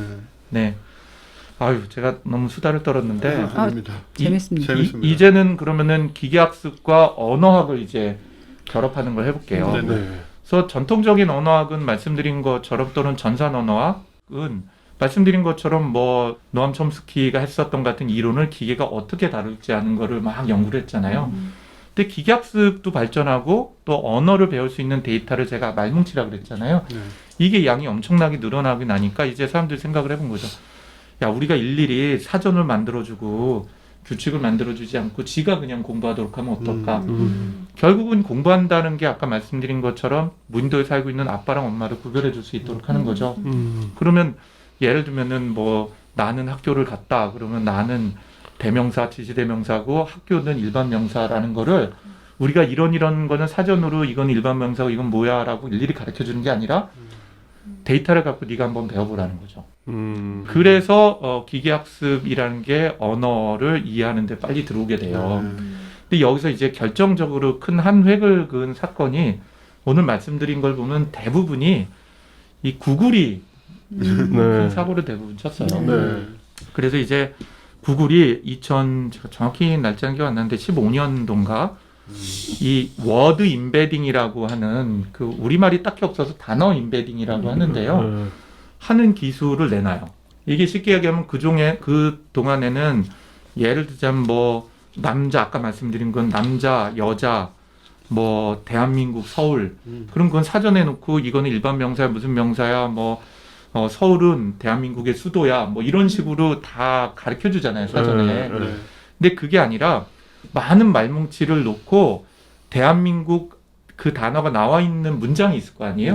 그럼 그 문장의 앞단어, 앞단어, 뒷단어, 뒤뒷단어들을 가지고 대한민국하고 관련이 있는 연관이 있는 유사도를 가지고 있는 걸 기계가 자동으로 학습하게 한 거예요. 아까 말씀드린 것처럼 무인도에 엄마 아빠가 있으면 엄마 아빠의 차이점이 뭔지를 학습을 한 것처럼 많은 문장이나 많은 글을 갖다 주고 나서 각각 단어들이 어떤 특징을 가지고 있고 다른 단어하고 구별되어지는지 또는 경우는 구별되지 않게 똑같은 게 나올 수도 있어요. 이건 우리가 동의어라고 얘기할 수 있는 거죠. 그래서 그런 것들을 기계한테 막 학습을 시켜봤더니 야 이게 신기하게 기계가 학습을 하더라. 그래서 그게 인공 두뇌라고 할 수 있는 딥러닝은 그때는 딥러닝 아니었어요. 샬로우 러닝이라고 해서요. 그런 거 인공신경망에다가 막 학습을 시켰더니 얘가 언어를 배우네라는 걸 구글이 이제 제시를 하게 돼요. 그런데 이렇게 제시할 때 그 제시하는 세계를 기존에는 심볼릭하니까 언어학에서 나는 뭐 밥을 먹었다와 같은 형태를 단어로 썼는데 이제 구글이 제시한 거는 그게 아니라 그 각각 단어를요 벡터로 표현한 거예요. 우리 생각을 해보면 2차원 세계다 그러면 그 선을 이렇게 글 수 있잖아요. 방향과 길이를 갖는.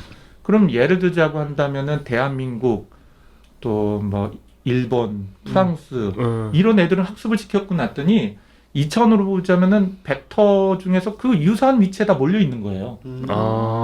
그 단어들이. 그다음에 예를 들면 서울, 파리, 도쿄 이런 거는 또 저쪽에 그 유사한 단어들끼리 모여 있게 되는 거를 발견을 한 거예요. 왜죠? 정말 신기하네요. 그 왜냐면은 서울이나 도쿄나 이런 것들이 수도이고 이 수도를 쓰는 방식이 그렇죠. 수도라는 것이 나오는 문장에서 이 수도라는 게 나오게 되는 패턴이 유사도가 있는 거예요.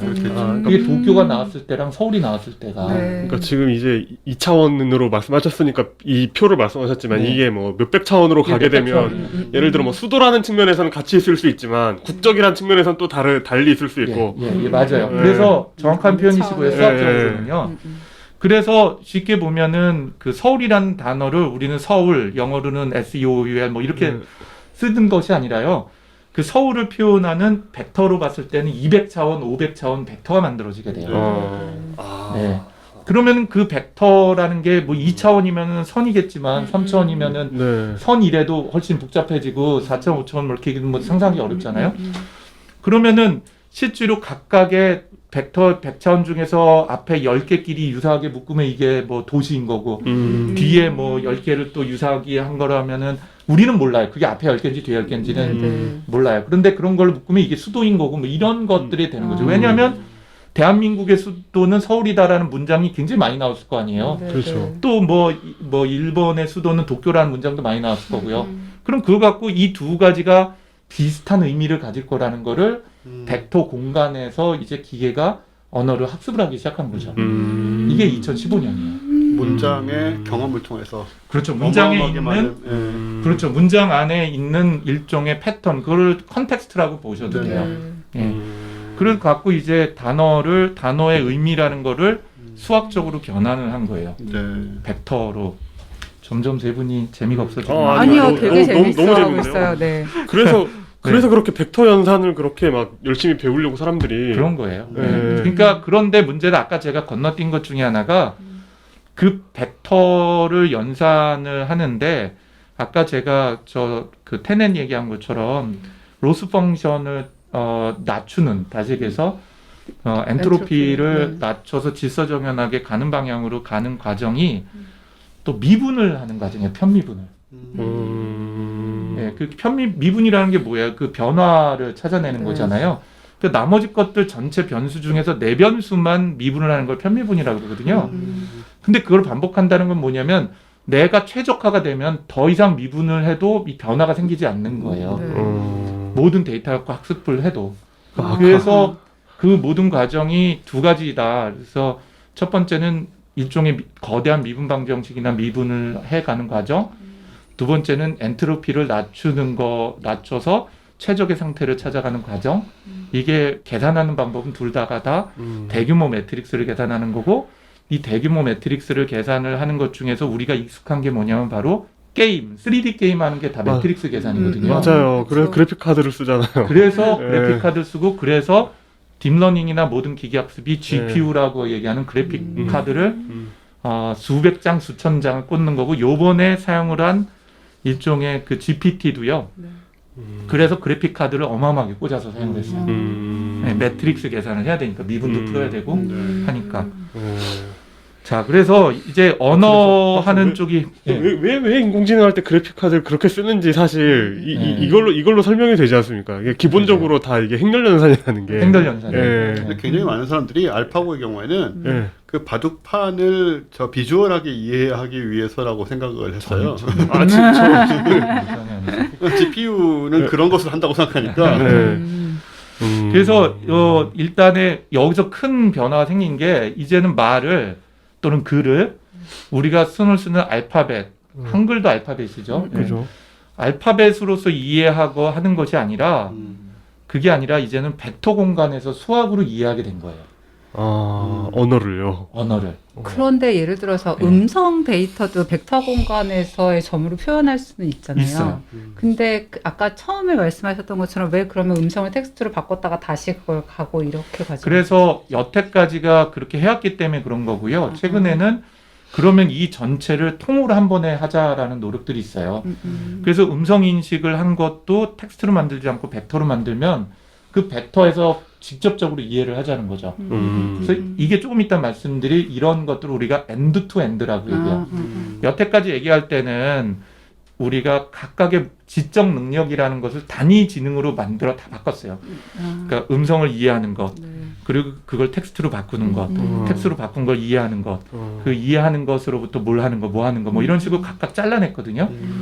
그렇게 잘라내는 거를 저희 프로그래밍 하거나 이런 데서는 워터폴이라고 앞쪽에서 하는 거를 뭐 폭포수처럼 떨어지고 나면 거기서 받아서 또 쓰고 뭐 이렇게 하는 거예요. 네, 그렇게 이제 파도가 다단계 파도처럼 네. 가는 거죠. 파도가 아니라 이 폭포가. 네. 그런데 그게 아니라 아예 그거를 한 문제로 보고 하나로 풀어버리자는 시도가 최근에는 많은 거죠. 근데 아직 음성하고 언어 쪽은 너무 각각이 큰 문제라 이 둘을 합치는 거를 초보 단계라고 보셔도 돼요. 이제 막 하고 있습니다. 그래서 이제 본격적으로 이제 또 다시 말씀을 드리면 이런 언어에 해당이 되는 거를 수학적으로 벡터 공간에서 말의 세상을 이해하게 되니까 이제 컴퓨터한테 신기한 걸 막 시키기 시작을 한 거죠. 그러면 아까 말씀드린 것처럼 말을 구별하기 시작하는 거. 도대체 유사한 말과 틀린 말이 뭐야? 그렇게 구별하는 걸 벡터에서 이제 계산하게 돼요. 예를 들자면은 남자라는 벡터에다가 X라는 벡터를 더했더니 여자가 됐어요.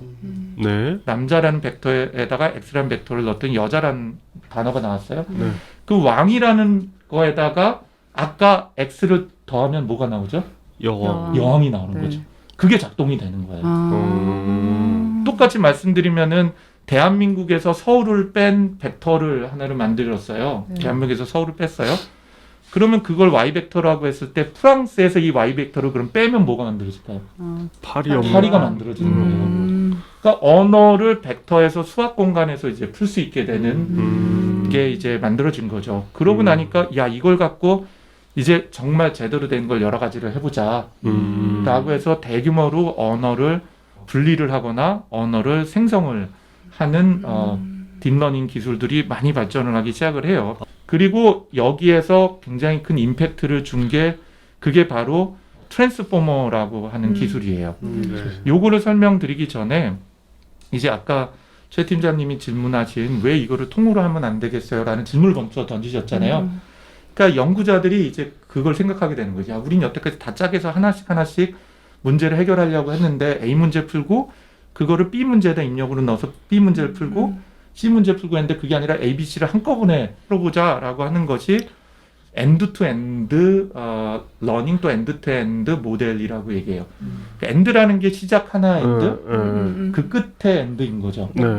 그리고 엔드-투-엔드로 하는 걸 몽땅 한꺼번에 푸는 것 중에서 순차적인 것을 찾아내는 게 아까 기계학습에 있다고 그랬잖아요. 그래서 뭔가 일련된 데이터들의 그 다음을 찾아내는 문제를 엔드-투-엔드로 풀어내는 걸 우리가 시퀀스 투 시퀀스라고 그래요. 예. 그럼 그 시퀀스 투 시퀀스로 여러분이 가끔 사용하라는 게 뭐냐? 그럼 자동 번역이에요. 네. 자동 번역을 옛날에는 어떻게 했었냐면요. 아까 제가 말씀드린 것처럼 I am a boy. 그러면 일단 형태소 분석이라는 걸 해요. 뭐 아까 봤어요. I는 대명사, 네. M은 무슨 boy 그러면 무슨 일반 명사 뭐는 관사, 뭐는 뭐 주어. 또 구문 분석을 하면은 뭐 어떤 게 주어고 어떤 게 목적어를 우리가 다 분석을 해요. 그 다음에 그걸 한국어로 나는 남자이다라고 바꾸려면 그러면 이 한국어는 또 구조가 바뀌어 있잖아요. 네. 그럼 그 구조가 그 영어처럼 동사 나오고 목적어 아니라 우리는 목적어 나오고 동사 나오니까 이런 경우에는 순서를 바꿔야 돼라는 규칙을 일일이 다 지정을 해줬어요. 그렇습니다. 그리고 나서 2000년대 초 그 번역기 성능을 기억하신다면 아마 기억이 나실 거예요. 일본어 맞아요. 번역 아니면 쓸 수가 없었죠, 사실상. 왜냐면 일본어 번역은 그래머 스트럭처라고 얘기하는데 구조가 거의 비싸하죠. 같거든요. 네. 네. 그런데 이거를 맨 처음에 시도를 제대로 된 딥러닝 갖고 한 데가 또 구글이에요. 그래서 그거를 뉴럴 머신 트랜슬레이션이라고 그래서 NMT라고 얘기합니다. 네. 그래서 이 NMT라는 건 뭐냐면 그래서 이제 그 말뭉치라고 아까 그랬잖아요. 그 말뭉치를 한국어 문장 하나, 영어 문장 하나, 한국어 문장 하나, 영어 문장 이런 걸 우리가 병렬 말뭉치라고 그래요.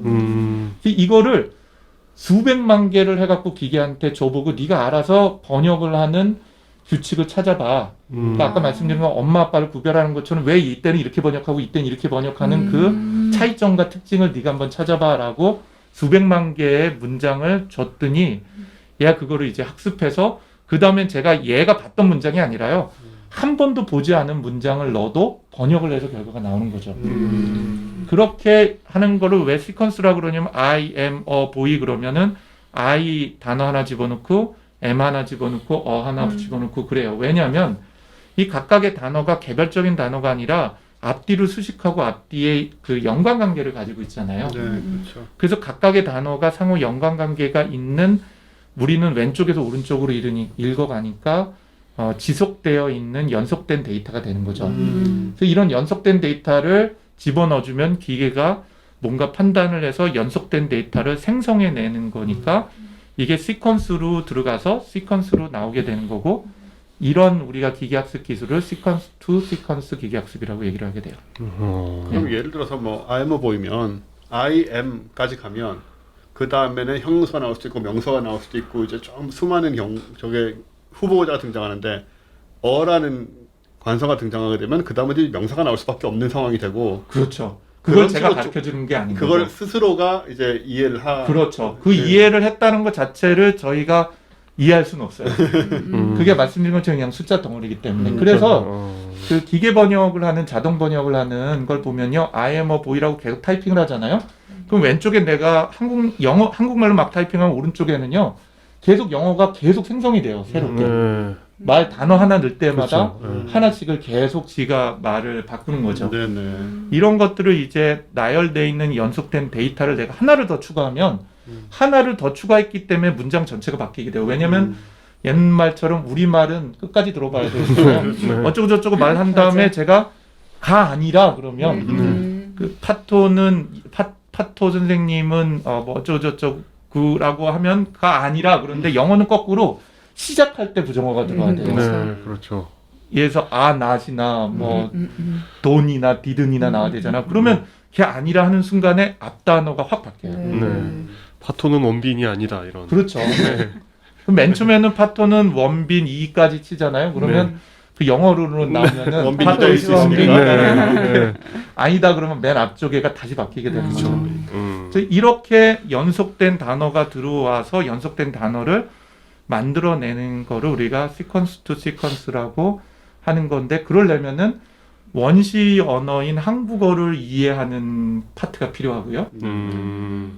영어를 만들어내는 생성하는 파트가 필요하죠. 그래서 이게 우리말로는 참 뭐 보코와 뭐라고 표현하는 것보다 그냥 영어로 쓰는 게 좋은데요.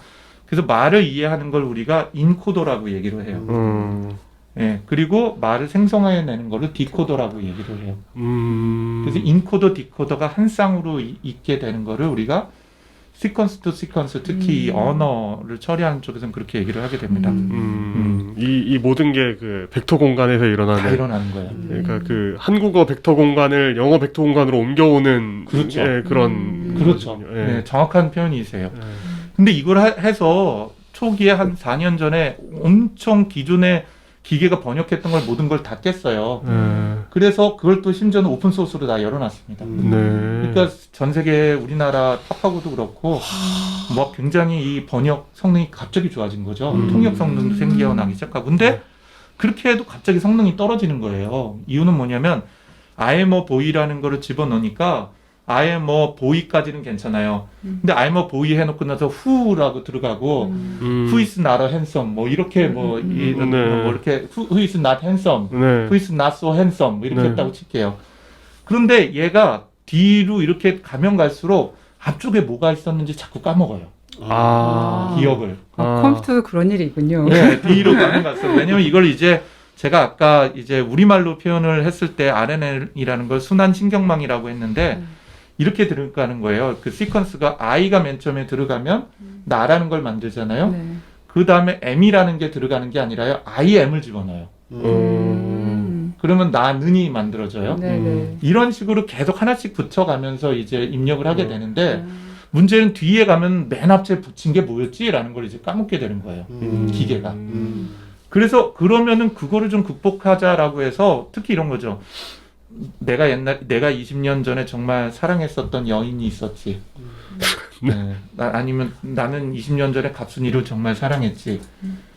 그런데 뭐 30년이 지나고 나서 되돌아봤더니 그녀를 내가 뭐 예를 들자면은 계속 만나지 못했던 건 내 인생의 최고의 불행이었어. 뭐 이렇게 했다고 칠게요. 실화입니까?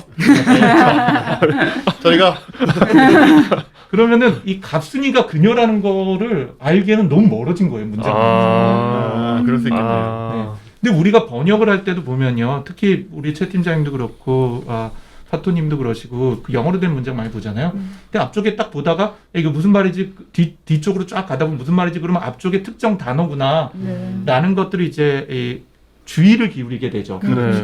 이 문장, 이 전체 문장에서 주제는 이거구나. 아까 말씀하신 것처럼 뭐 뉴럴링크다. 그럼 뒤쪽에 갔는데 그것은 그럼 이거 뉴럴링크 얘기하는 거구나. 앞쪽에서. 이렇게 우리는 주의를 기울이게 돼요. 그래서 기계한테도 그냥 나열된 거를 그냥 쓰는 게 아니라 이 나열된 것 중에서 이런 단어는 문맥상에서 주의를 기울여야 된다라는 거를 가르쳐주게 돼요. that, it 이런 게 그렇죠. 네, 이 문장 안에서 그냥 that이라는 문장의 어떤 요소가 아니라 이것이 뭔가를 가리키고 있고 지시하고 있다라는 걸. 그렇죠. 그 앞쪽에 있는 것 중에서 특히 뭘 더 얘가 관심을 갖고 봐야 되지라는 건데 정확하게 기계가 딱 가르치지는 못할 수 있는데 얘랑 얘가 제일 얘하고 연결되어 있는데 그중에 아까 얘기한 갑순이가 정말 이거 중요한 거야. 심지어 문장이 훨씬 길면요. 갑순이도 나올 수 있고 그 뒤에 허라는 또는 그녀라고 나올 수 있는데 거기서 갑순이라는 것도 있고 갑순이 어머니도 나올 수 있고 갑순이 여동생도 나왔다가 뒤쪽에서 그녀라 그러면 그게 갑순인지 갑순이 어머니인지 갑순이 여동생인지 알 수가 어렵잖아요. 언어 영역 문제죠. 그렇죠. 어려운 문제예요. 그녀가 가리키는 사람은 뭐 그렇죠. 이렇게. 예. 그래서 사람도 헷갈리는 문장 내에서 각각의 단어가 그 문서 전체에서 또는 문장 내에서 관심 갖고 봐야 될 단어가 뭔지를 학습하는 거를 우리가 주의를 기울인다 해서 어텐션이라고 불러요. 그래서 그 attention is all you need 그게 거기서 맞아요. 나온 거군요. 예, 그래서 attention is all you need라고 얘기하는 게 굉장히 큰 획을 또 구운 구글에서 또 내놓은 큰 중요한 논문인데요. 그렇게 하면은 이제 문장을 이해할 때는 이제 문장의 순서만 이해하고 단어 간의 연관관계가 아니라 우리 언어라는 것은 훌쩍 뛰어넘어서 앞에서 얘기 나눴던 것을 뒤쪽에서 다시 인용하거나 활용을 하게 되죠. 특히 이게 번역을 한다 그러면 더 엉망진창 엉키게 되죠. 네. 그렇죠. 예. 순서가 다 바뀌니까. 예. 그러니까 그런 것들을 할 때 훨씬 더 중요한 역할을 하게 되죠. 그래서 어텐션 모델이라는 것이 어텐션 메커니즘이라고 하는데 그게 이제 적용되기 시작을 한 거예요. 그러면서 번역 성능이 더 좋아지기 시작했어요. 언어 이해하는 성능이 더 좋아졌죠. 그런데 여기에서 이제 드디어 트랜스포머라는 게 나오게 됩니다. GPT의 마지막인 트랜스포머. 아닙니다. GPT 전에 이제 BERT라는 걸 제가 말씀을 드릴 텐데 트랜스포머라는 건 그래서 이 시퀀스 투 시퀀스라는 거를 아까 말씀드린 거를 언어를 이해하고 언어를 말을 하려고 하려면 언어를 이해하는 거 앞쪽에 인코더라고 이해하는 애가 있고 언어를 생성하는 디코더라는 애가 있는데 여기다 어텐션 모델까지를 집어넣는데 여전히 그 이전에는 그냥 듣고 잊어버리시면 되는데요. 단어가 길어지면 길어질수록 자꾸 앞쪽을 어텐션을 넣어도 까먹어요. 예, 주의는 기울이는데 그렇다고 해서 너무 많은 걸 기울이기 어려운 거죠. 그래서 하나를 기울이게 만들어놨더니 야 이거 안 되겠다. 그래서 문장이 길어지면 여러 개를 관심을 가져야겠다. 이시 뭔지, 시가 뭔지를 하려면 여러 개를 관심을 가져야겠다. 그래서 멀티헤드 어텐션이라고 어텐션이 하나를 가리키는 게 아니라 여러 개를 가리킬 수 있도록 해서 문맥이라는 걸 더 풍성하게 이해할 수 있도록 했어요. 그 다음에 두 번째는요. 셀프 어텐션이라고 해서 내가 나를 봐요. 내가 나를? 그러니까 내 문장이 있다 그러면 내가 가지고 있는 문장 내에서 그 문장 내부에서 내 자신을 또 가리키는 걸 그런 걸 이제 셀프 어텐션이라고 그래요. 그러니까 자기 자신을 관심을 갖는다라고 해서 그래서 실제로 이 트랜스포머라는 건 아까 말씀드린 시퀀스라는 엔진이 아까 말씀드린 RNN이라는 것을 자꾸 까먹지 않게 개별적인 각각 단어를 개별적인 요소로 보고 이 단어 자체가 나머지 모든 컨텍스트들을 가르켜서 관심을 갖고 집중할 수 있도록 해보자. 그래서 어텐션이라는 기능을 극대화를 하게 돼요. 그래서 그걸 통해서 기억력도 증진을 시키고 컨텍스트에 대한 이해도도 넓히는 거죠. 그래서 아까 말을 이해하는 쪽이던 말을 생성하는 쪽이던 말을 이해하는 거는 우리가 자연언어 이해 쪽이고요. 맨 처음에 얘기 드렸죠. 말을 생성하는 건 자연언어 생성 쪽인데 이 두 쪽이 시퀀스로 인코더, 디코더라는 것으로 만들어져 있는 거대한 시스템을 구글이 제안을 하게 돼요. 이게 바로 트랜스포머라는 엔진이 됩니다. 그래서 트랜스포머가 나온 지가 얼마 안 됐어요. 2017년 12월 달에 나왔으니까 그게 이제 2년 된 거예요. GPT-2라고 하는 게 그건가요? 아니요. 그렇진 않고요. 그 이게- 벌트라고 하셨죠. 그래서- 이런 기능이 네. 추가될 때마다 훨씬 몇 배씩 복잡해지는 거 아닌가요? 전체는 오히려 네트워크는 단순해졌어요. 어. 그 학습을 하는 네트워크는 오히려 단순해졌어요. 네. 그 이전엔 훨씬 복잡하게 하던 거를 점점 단순화하되 그 단순화한 네트워크를 더 많이 쌓아 올렸어요. 네. 그래서 그 얘기를 지금 할 건데요. 네네. 그래서 이 트랜스포머라는 거는 똑같이 시퀀스 투 시퀀스라고 얘기하는 문장이 순서대로 나열로 들어오게 되면은 나열로 들어온 것을 언어를 학습하는 애 하나, 그게 아까 인코더라고 그랬고요. 그 학습된 거를 활용을 해서 문장을 생성을 하는 애를 디코더라고 얘기를 했어요. 그렇게 두 개가 하나로 연결돼 있는 거예요. 근데 그걸 만들어냈는데 그게 너무나 큰 시스템인 거예요, 이 두 개가요. 그리고 그 트랜스포머라는 게 성능을 내려면 트랜스포머 하나로는 안 되고요. 그걸 여러 개를 쌓아 올려요. 막 12개, 20개, 그리고 이번에 GPT는 36개인가? 아니, 96개인가까지 쌓아 올리게 돼요. 네. 그리고 이게 어마어마하게 단순한 구조를 많이 쌓아 올린 거가 된다고 보시면 되거든요. 그런데 이 인코더 쪽은 말을 배우는 거 중심이고 디코더 쪽은 말을 하는 거 중심이잖아요. 그런데 말을 배우는 것 중심에 있는 거를 떼내가지고선 그것만 굉장히 대규모 데이터를 학습시킨 게 그게 벌트예요. 그래서 벌트 엔진은 인코더라고 얘기하는 말을 배우는 건데 말을 배우는 것만 떼내가지고선 너는 말 열심히 배워봐. 그래서 자연언어 이해에 관련된 거를 굉장히 많이 하도록 한 거죠. 그게 이제 2018년 10월 달에 구글이 이제 그걸 논문을 발표하게 돼요. 그래서 자연언어 세계에서 과거에 했었던 거의 모든 사람 말을 이해하는 거를 이거 하나로 다 풀고 있어요, 지금. 요거 하나로요. 2년도 안 됐네요. 2년도 채 안 됐고요. 그럼 이게 뭐 언어 뭐 영어, 한국어 이런 거 뭐 언어에 상관없이 그냥 다 하고 있는 건가요? 어떤 데이터를 집어넣어서 맨 처음에 나온 게 이제 멀티링걸 데이터라고 해서요. 언어하고 상관없이 모든 걸 다 하는 거를 구글이 개방을 해버렸어요. 소스까지 다. 근데 실제로 우리나라에서 K벌트 뭐 이렇게 또 따로 사업을 하긴 하잖아요. 예, 사업이라기보다는 뭐라고 해야 그게 되지? 저도 참여하고 있는 그 엑소브레인이라고 하는 과제고요. 네. 오늘 이 자리에는 저보다도 어쩌면 애트리의 임준호 박사님이 오셨으면 그분이 대한민국의 가장 대단한 전문가 중에 한 분이세요. 그래서 이 엑소브레인 2세부를 제가 총괄하고 있는데 엑소브레인 1세부라는 걸 애트리에서 총괄하고 있고요. 거기서 이제 한국어를 더 잘하는 그런 벌트를 만드는 거죠, 작년에. 더 잘하는. 더 잘하는. 더 그래서 그거를 이제 개방을 해서 한국에서 쓰고 있고 그걸 이제 K벌트라고 코버트라고 얘기합니다. 정확하게는. 라고 얘기를 해요. 그럼 이 버트라는 애가 완전히 이 자연언어 이해 세상을 확 바꿔버렸어요. 저를 포함해서 우리나라에는 모든 대학 교수님, 전 세계에 있는 이 컴퓨터로 뭐 언어 처리하는 교수님들이 구글이 이 논문 발표하고 소스 코드를 개방하자마자 완전히 다 멘붕에 빠져버린 거예요. 그 정도로요. 왜냐면 본인들이 저를 포함해서 10년, 20년 동안 진짜 미친 듯이 해왔는데 그냥 단순하게 이걸 넣으니까 성능이 대부분 5%에서 뭐 10%까지 늘어났어요. 모든 부문에서. 모든 게요. 모든 부분에서.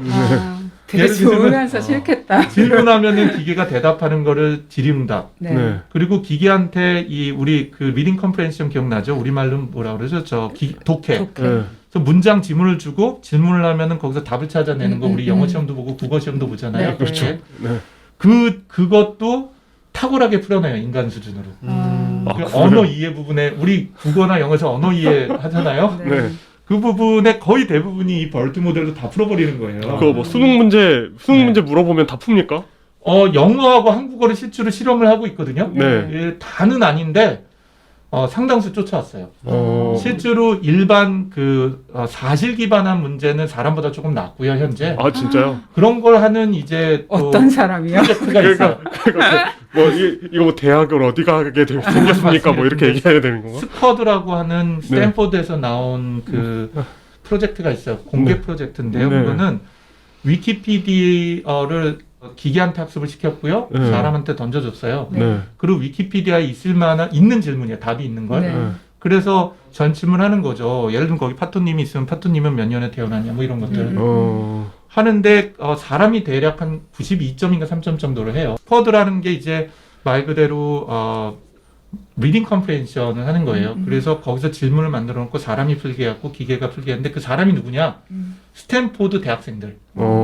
스탠포드가 뭐 전 세계 1위를 하니까요. 네. 그리고 기계는 그리고 검색이라기보다는 하여튼 네가 풀 수 있을 만큼 풀어봐인 거였어요. 근데 기계가 이겼어요, 이건 확실히. 근데 이거는 이제 사실 질문이라고 하는 것에 대한 질문이어서 그런 건데 조금 복잡하고 추론이 필요한 거 들어가면 여전히 기계가 못해요. 네, 기계가 95점, 97점 이렇게까지 내요. 인간이 92, 3점인데. 네. 근데 좀 복잡한 걸 내면은 인간은 80점인데 기계는 30점 그래요. 그래서 차이가 아직 많이 나네요.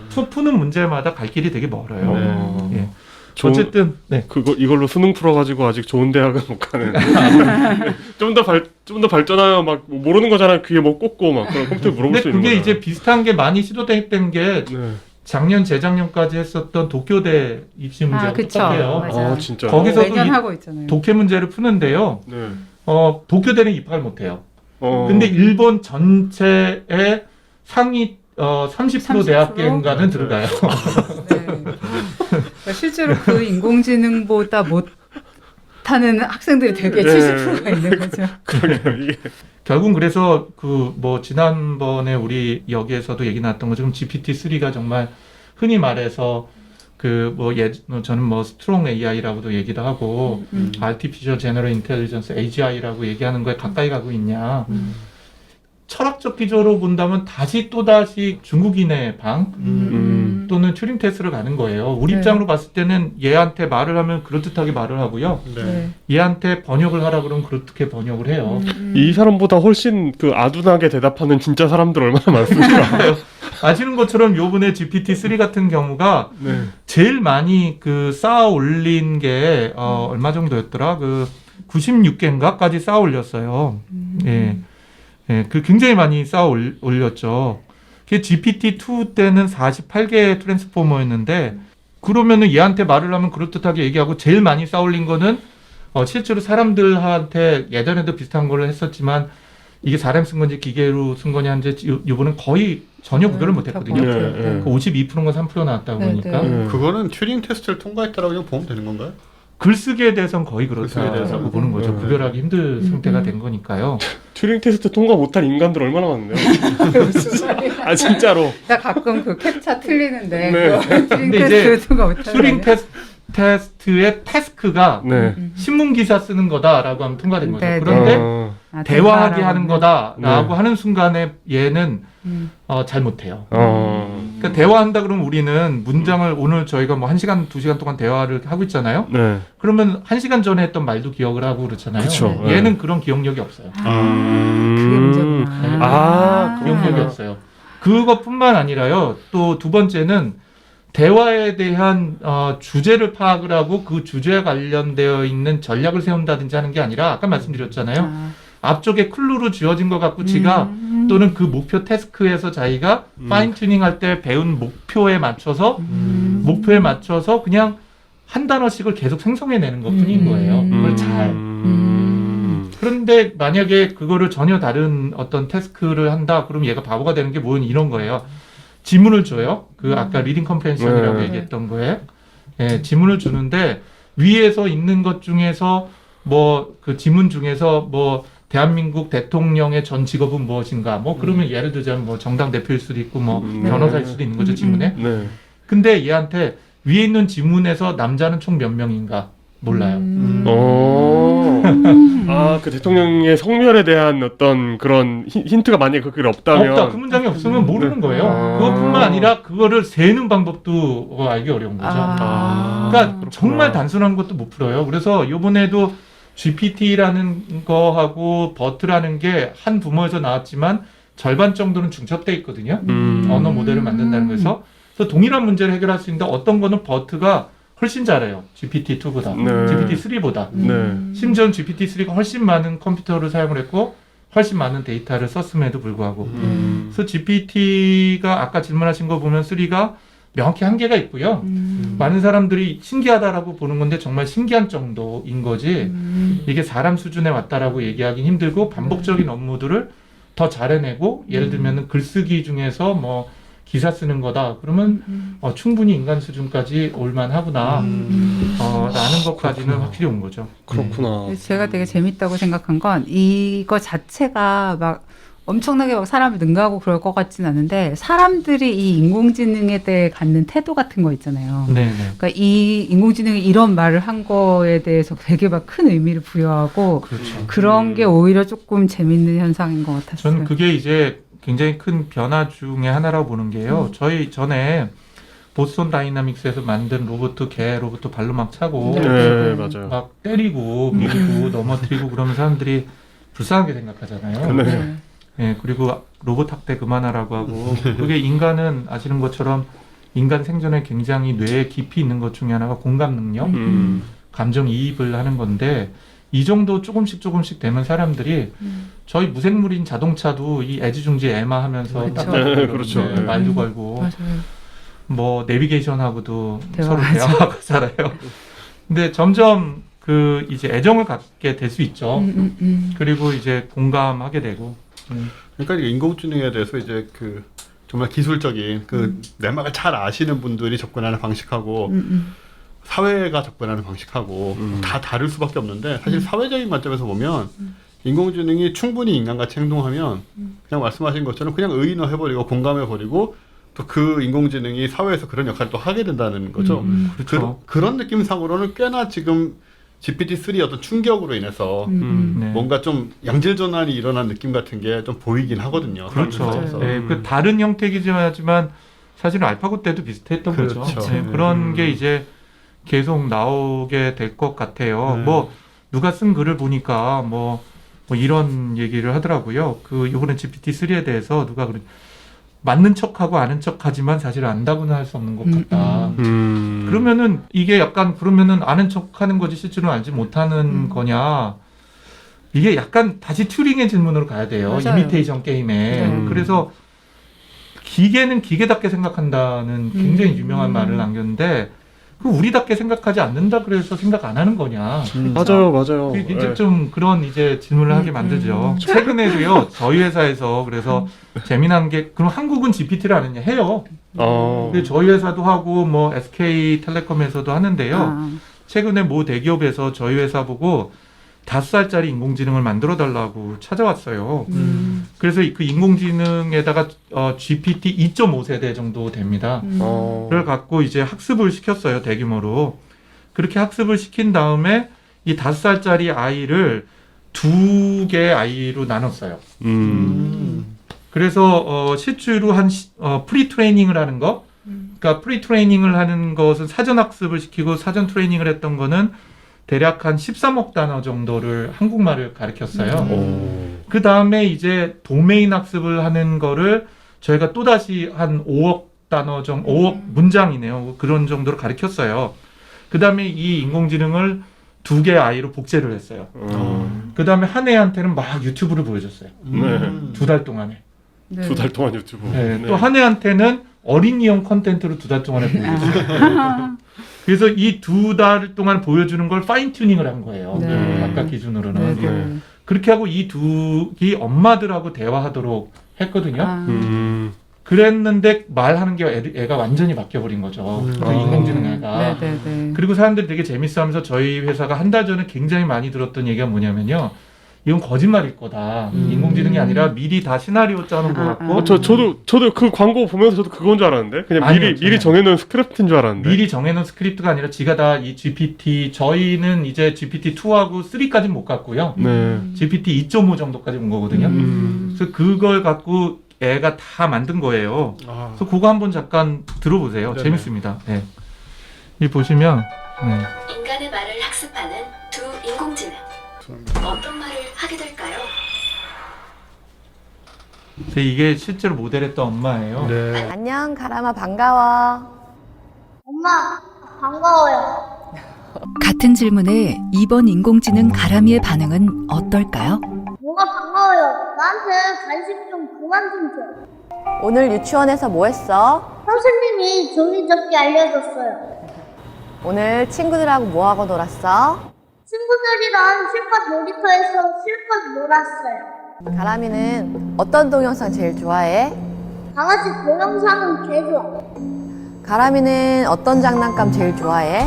근데 이거 그냥 말하면 저는 쓸 거야? 그러니까 대화가 너무 사랑해. 그 엄마 광고가 사랑해. 의도한 대로 나한테 나와서 스크립트인 줄 알았어요 그냥. 사랑하지 전혀 아니고요. 그래서 네. 사람들이 많이 이게 거짓말일 거다 그래서 지금 유튜브에 가보시면은 그래서 연예인들 엄마 아빠들을 되게 많이 불렀고요. 일반인들도 불러서 다 테스트하게 했거든요. 그래서 이게 2.5세대 GPT라고 보시면 돼요. 그것도 놀라울 정도로 와. 발전한 이게 그냥 자연스러운 대화였군요. 네, 그냥 대화. 아, 그런데 여기 그 인공지능 어린이의 표정도 되게 불량하던데. 내가 되게 약간 그거는 그렇게 아, 그거는 자동으로 만든 건 그렇죠. 아니에요. 네네. 그러니까 대화만 그렇게 만든 그거 거예요. 너무 막 약간 한 대 때리고 싶은. 그래서 한국도요 많은 연구를 지금 하고 있어요. 아 그렇구나. 거기서 멈추는 건 아닐 것 같고요. 또 그거 기반해 갖고 이제 그 다음 단계 나아가려고 하는데 문제가 아까 말씀드린 것처럼 이제는 그 큰 인공지능이 두 방향으로 가고 있는데 한 방향은 더 단순하면서 많은 데이터를 집어넣어서 문제 해결하는 방식. 이거는 돈 가진 친구들이 해야 되는 거죠. 그렇군요. 구글이나 아마존이나 네네. 페이스북 같은 거나 바이두 같은 친구들은 데이터도 많죠. 컴퓨터도 많죠. 돈도 많죠. 좋은 친구들도 많죠. 한 번 학습하는데 돌린 게 55억 들었다니까요. 한국에서는 그걸 해볼 수 있는 게 아예 불가능해요. 삼성전자도 55억 못 써요. 불가능합니다. 이거 한 번 돌리면 무슨 결과가 나올지도 모르는데 그렇죠. 그게 못합니다. 그러니까 그런 방향이 큰 방향 하나고요. 두 번째 방향은 뭐냐면 그렇기 때문에 많은 데이터가 아니라 더 적은 데이터로 그리고 또 기존에 있었던 우리의 지식을 활용을 할 수, 왜냐면 지금 GPT나 벌트 모델은요, 기존에 쌓아놨던 지식은 안 쓰고 무조건 많은 데이터를 만들어서 너한테 줄 테니까 네가 알아서 배워봐요. 근데 그 배우는데도 엄청난 시간과 엄청난 컴퓨터가 필요한 거고, 그리고 엄청난 데이터가 필요한 거죠. 그럼 두 번째 방향은 제 표현으로는 아인슈타인 방법이에요. 아인슈타인 방법은 뭐냐? 아인슈타인은요, 그 상대성 이론을 만들 때 단 한 번도 데이터를 보고 배운 적이 없어요. 오히려 그 상대성 이론 만들고 나서 100년 후에 데이터를 찾아냈죠. 우주 배경 아인슈타인이 옳았다 이거. 그렇죠. 아인슈타인이 옳았다. 아인슈타인이 만들어낸 게 옳았다라는 데이터를 100년 후에 찾아낸 거예요. 그것도 마찬가지죠. 뭐 블랙홀도 사진도. 똑같이 우리 인간은 많은 데이터 갖고 학습하지 않거든요. 그렇죠. 네. 맞아요. 우리 선조나 누가 만들어냈던 게 사실이라면은 그 모델 자체를 학습을 해요. 그 E는 MC 자승 자체를 학습하고 나머지 모든 것들을 해결하는 거죠. 네. 그게 팩트라고 한다면. 그래서 이런 것들이 일종의 지금 현재 방식은 우리 운의 방식이거든요. 일종의. 그러니까 많은 데이터를 갖고 감성적으로 암묵적으로 학습하는 것이 운의 방식이라면 논리 수리적으로 하는 게 좌뇌 방식이에요. 근데 사실 좌뇌 운뇌가 이렇게 떨어뜨릴 수는 없어요. 둘이 네, 같이 네. 움직이니까. 근데 이 좌뇌 방식이 다시 옛날로 돌아가는 기호적 접근 방법인 거예요. 그래서 아까 처음 질문하신 수미 상관이 되는 건데 인간은 자기가 수식을 쓰거나 글을 써가면서 학습하기도 하고 또 자기가 글 써 나간 걸 봐서 자기가 그 안에서 발견도 하잖아요. 그러니까 심볼이라는 것과 난심볼이라는 것은 이 두 가지를 뗄래뗄 수가 없는 거예요. 그래서 이제는 아인슈타인처럼, 아인슈타인은 미분방정식 맨날 써가면서 한 거잖아요. 자기 스스로. 그런 것처럼 이제는 데이터만 갖고 학습하는 거 말고 모델을 갖고 학습하는, 모델 갖고 학습하는 걸 우리가 연역적 추론이라고 그러거든요. 데이터 갖고 학습하는 걸 귀납적 추론이고 이 두 가지를 동시에 하는 연구를 하자라고 해서 그거를 이제 뉴로 심볼릭 인공지능이라고 얘기해요. 좀 너무 어려운데 그래서 이런 형태처럼 이 돈 갖고 할 수 있는 기술 분야하고 그게 안 되면은 어떻게든 다른 방법으로 문제 풀자라는 식으로 여러 이제 지도가 되고 있다고 말씀드려도 될 것 같아요. 그러니까 수미 상관 얘기하셨는데 뭐 사실 사람도 그렇잖아요. 지식이 없이 무슨 소위 말하는 직관이라는 것도 힘들었지만 지식이 없이 무슨 아이디어가 나올 수도 없고 일단 어느 정도 지식이 있어야 뭐가 나오든 말든 하는 것이고 그리고 그 새로 나온 무슨 아이디어나 이런 게 있으면 그게 다시 지식을 새로 만들어내고 이런 식으로 계속 반복되는 그런 서클이 있기 때문에 막 그런 식으로 이것도 계속 뭐 필요한 것들을 찾아서 발전해 나가지 않을까라는 생각이 드네요. 저는 이 데이터를 가득 쌓는 방식으로만 가는 줄 알았거든요. 근데 또 그것도 아니고 인간을 다른 방식으로 닮아갈 방법을 찾고 있는 거죠. 말씀 듣다 보니 그런 생각 많이 들었어요. 왜 무협지에서 보면 저는 항상 이런 식으로 얘기를 하니까 왜 그 처음에 무슨 이유론가 기연을 얻은 이 주인공이 처음에는 초식을 못 배우고 계속 내공만 주입받고 또 뭐 단약을 먹었는데 내공이 갑자기 뭐 60년 근데 생각해보면은 내공을 세는 게 그 횟수로 세거든요. 1갑자 60년이니까 이게 보면 굉장히 많은 세월 동안의 경험 같은 느낌도 주고 데이터 같은 느낌도 준단 말이에요. 그래서 내공을 쌓고 그런 상태에서 무술을 못해요. 내공만 잔뜩 쌓인 거지 안에. 그런 다음에 이제 파인 튜닝으로 이제 초식을 가르친단 말이에요. 굉장히 기가 막힌. 그럼 이제 실제로 싸울 수가 있게 되는 것이고 그래서 목표한 이제 원수를 갚는다거나 뭐 이런 식으로 그런 비슷한 느낌 같은 걸 좀 받았어요. 저는 저 무협지는 안 봤지만 무협 만화 봤던 걸 보면 내공을 하다가 잘못하면은 입맛 좋아요 걸리잖아요. 네, 근데 어쨌든 자기가 내공을 받고도 그게 뭔지 못 깨달은 모르죠. 그게 아까 말씀하신 거 말로 보면은 비지도 학습인 거예요. 막 뭔가를 깨달았는데 그 깨달음이 뭔지는 몰라요. 몸이 막 불끈불끈하고 뭔가 움직이는데 쓸 줄도 모르고 그때 이제 또 파인 튜닝을 해주면 그렇죠. 초식을 GPT-3나 벌트 관점에서 보면 그렇습니다. 그래서 결국은 이제 이런 식으로 정말 유치한 예로 수렴하게 되네요. 이 얘기가. 아유 아닙니다. 재밌었어요. 네. 재밌었어요. 물론 어려운 부분도 있었지만 기본적으로 우리가 앞으로 계속 들을 얘기이기 때문에 이런 게 우리 문명과 사회와 세상에서 계속 언급이 될 사안이고 그러다 보면 우리 지금 청취자분들 마찬가지로 이거 지금 한번 들어놓은 것이 나중에 뭐가 나왔을 때 아 이게 지금 이렇게 가는 거구나 이렇게 가는 거구나 하고 이해하실 수 있는 굉장히 좋은 가이드가 될 것 같아요. 네. 다 이해 못하더라도. 네.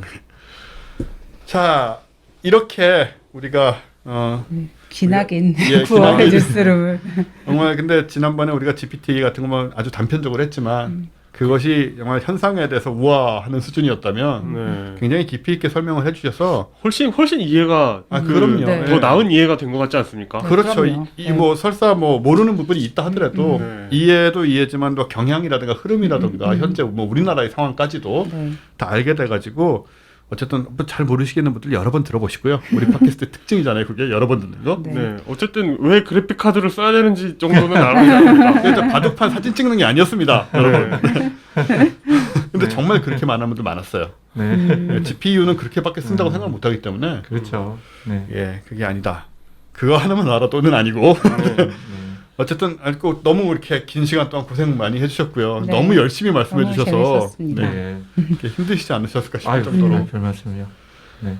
자, 그럼 저희 이경일 솔투스 대표님 보내드리고 저희는 이제 뭐 마무리 짓는 걸로 하겠습니다. 수고 많으셨습니다. 감사합니다. 자, 이렇게 저희가 GPT-3에 대해서 많은 것을 일단 들었어요. 네. 알게 됐는지는 조금 다른 문제인데. 이 방만 안 나가면 돼요. 이 이 방만 안 나가면은 언제까지고 기억할 수 있어. 근데 이제 확실히 그건 있지 않습니까? 이거 막연히 생각할 때는 뭔가 이거 우리가 지금 기계들한테 밀려나고 있는 것 같고 우리의 종코너는 어디 있나 막 이런 생각이 드는데 또 막상 이렇게 설명을 듣고 나니까 맞아요. 그런 건 아니구나 이런 생각 들지 않습니까? 맞아요. 그래서 정말로 네. 그 한번 모시고 얘기를 들었으면 좋겠다고 생각을 한 게 네. 그러니까 막연하게 그냥 겁나잖아요, 사실. 왜냐하면 말을 한다는 게 너무 인간의 영역이기 때문에 말을 맞아요. 하고 글을 쓸 줄 안다는 게 좀 사람을 울컥 겁나게 하는 면이 있죠. 맞아요. 근데 생각해보면 그래요. 근데 사실 우리가 생각하는 방식이나 우리가 말하는 방식은 저 GPT-3나 인공지능하고 정말 그렇게 다른 것일까? 우리가 습득해온 방식도 그렇고 우리는 굉장히 주체적으로 생각하고 말하는 것 같지만 우리가 안다고 생각하는 게 진짜 우리가 아는 건가? 그러니까 네. 이건 사실 뭐 꽤 깊은 철학적 문제조차 아니고 맞아요. 오히려 우리는 이쪽으로 생각을 안 했는데 이 인공지능이 생각하는 방식, 말하는 방식을 듣다 보면 우리도 사실은 그저 주워 들은 얘기들이나 이런 것들을 통해서 조합해서 말하는 그쵸. 것들이나 그런 게 얼마나 많으며 맞아요. 말하는 것에 얼마나 많은 부분을 우리가 정말로 이해하고 있나 생각해보면 그렇지 않다는 거예요. 그 외국어 처음에 배워가지고 외국 사람들이랑 처음 얘기할 때요. 약간 그런 느낌 있잖아요. 그러니까 내가 이 말을 하면 저 사람이 저 말을 할 거라는 걸 서로 약간 예상하는 가운데서 대화가 진행되는 느낌? 극초기의 회화는 정말 그렇죠. 네네. 그러니까 이게 마치 How are you 다음에는 Fine Thank You and 저게 You가 아주 나와야 대표적인 되는. 케이스로. 네네. 그렇지만 꼭 그게 아니더라도 처음에 만난 사람하고 할 수 있는 대화의 범주가 대충 정해져 있고 그렇죠. 이런 걸 물어보면 저런 걸 얘기하고 이렇게 좀 주고받는 패턴 같은 게 정해져 있어서 거기에서 크게 안 벗어나는 상태에서 대화를 하게 되는 거죠. 특히 외국인하고 대화할 때는 네. 그 외국인하고 대화하는 특수한 상황이 있기 때문에 그게 맞아요. 더 규격화되긴 해요. 네, 우리는 뭐 예를 들어서 낯선 사람 만나도 뭐 Where are you from 이런 건 안 물어보잖아요. 당신은 어디서 왔냐 이런 건 안 그렇죠. 물어보지만 네. 우리가 저희 외국에 살았으니까 외국가 있을 때는 첫 마디가 그런 식으로 나오거든요. 그럼 이제 대충 흐름이 전개돼 얼마 동안 있었고 어디서 그렇죠. 왔고 뭐 우리나라는 어떤 곳이고 뭐 이렇게 네. 그런 거는 사실 그냥 기계적인 약속에 가까운 거지 무슨 대단한 알맹이를 가진 대화가 아니에요. 그렇죠. 맞아요. 네. 맞아요. 저는 예전에 일본 여행 20대 때 갔다가 거기 현지인 아주머니하고 대화를 하고 크게 깨달은 바가 있었습니다. 그 대화라고 할 수 있는 그러니까- 그 얘기 들은 적 있는데. 예, 둘이 저는 그냥 그 영어도 안 돼. 어차피 영어 안 돼요. 그래가지고 한국말로 대화하고 그분이 일본말로 대화를 했는데, 그러니까 그 서로 그게 있는 거예요. 서로 좋게 그 좋은 인상을 남기고 헤어져야겠다는 의지만 서로 있는 거예요. 얼굴을 보고. 말은 전혀 안 통하지만 너무 즐겁게 대화하는 그런 게 된 거예요. 즐겁고 이렇게 그러셨구나. 우호적으로 이런 네. 맞아요. 네, 안녕히 계세요. 이러면 뻔하잖아요, 사실. 그래서 뭐 욕을 하겠어요, 그런 표정으로. 네. 그래서 그런 어떤 서로의 의지를 확인하는 것만으로도 사실 그런 대화는 완성되는 거기 때문에. 네. 그래서 그런 생각이 들어요. 인공지능으로 우리가 뭐 알파고를 가지고 인간의 직관에 대한 그런 관념이 뭐 깨졌다 이렇게 얘기를 한다면 어쩌면 자연어 처리하는 인공지능을 우리가 보면서 우리가 갖고 있던 언어에 대한 어떤 과대평가 같은 것도 어떤 부분에서는 좀 깨져나가지 않을까. 생각보다 이게 굉장히 기계적인 작업일 수 있다라는 그런 생각이 듭니다.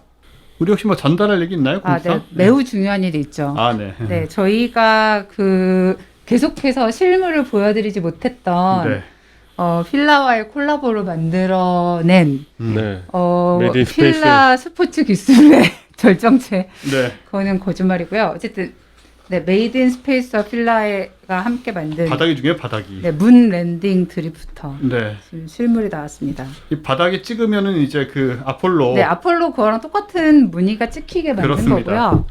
근데 이게 저희가 몇 번씩 다시 만들었거든요. 왜냐면 그거를 까만 것도 있고. 네, 이걸 그거랑 똑같이 만드니까 이게 너무 높아가지고 불안정한 거예요. 맞아요. 되게. 그래가지고 이거를 깎아서 다시 만들고 해서 꽤 지금 안정적이고 되게 편하고 예쁜 신발이 나왔습니다. 실제 문부츠라고 하는데 그건 이제 이 밑에가 1인치나 돼서 되게 높아요. 엄청 높기 때문에 그렇구나. 하지만 거기는 이제 중력이 6분의 1이니까 네. 일반 모래에 찍으면 그거랑 똑같은 무늬가 나와서 혹은 그 시멘트 양생하는데 슬쩍 가서 여러분의 한 걸음이 어떤 인류의 자이언트 립이 되는 그런 충격적인 경험을 하실 수 있고요. 공사장에 찍으면은 그 자국이 영원히 남게 됩니다. 네, 그렇습니다. 마치 달에 찍힌 암스트롱의 바로 발자국처럼. 바로 그거죠. 지금 필라.co.kr 필라 온라인 스토어랑 무신사 온라인에서 판매하고 있고요. 초판 물량에 한해서 양말 사은품을 드리고 있습니다. 양말도 진짜요? 저희가 저희 직접 디자인한 귀여운 양말이거든요. 네. 꼭 빨리 서두르셔서 받아가셨으면 좋겠습니다.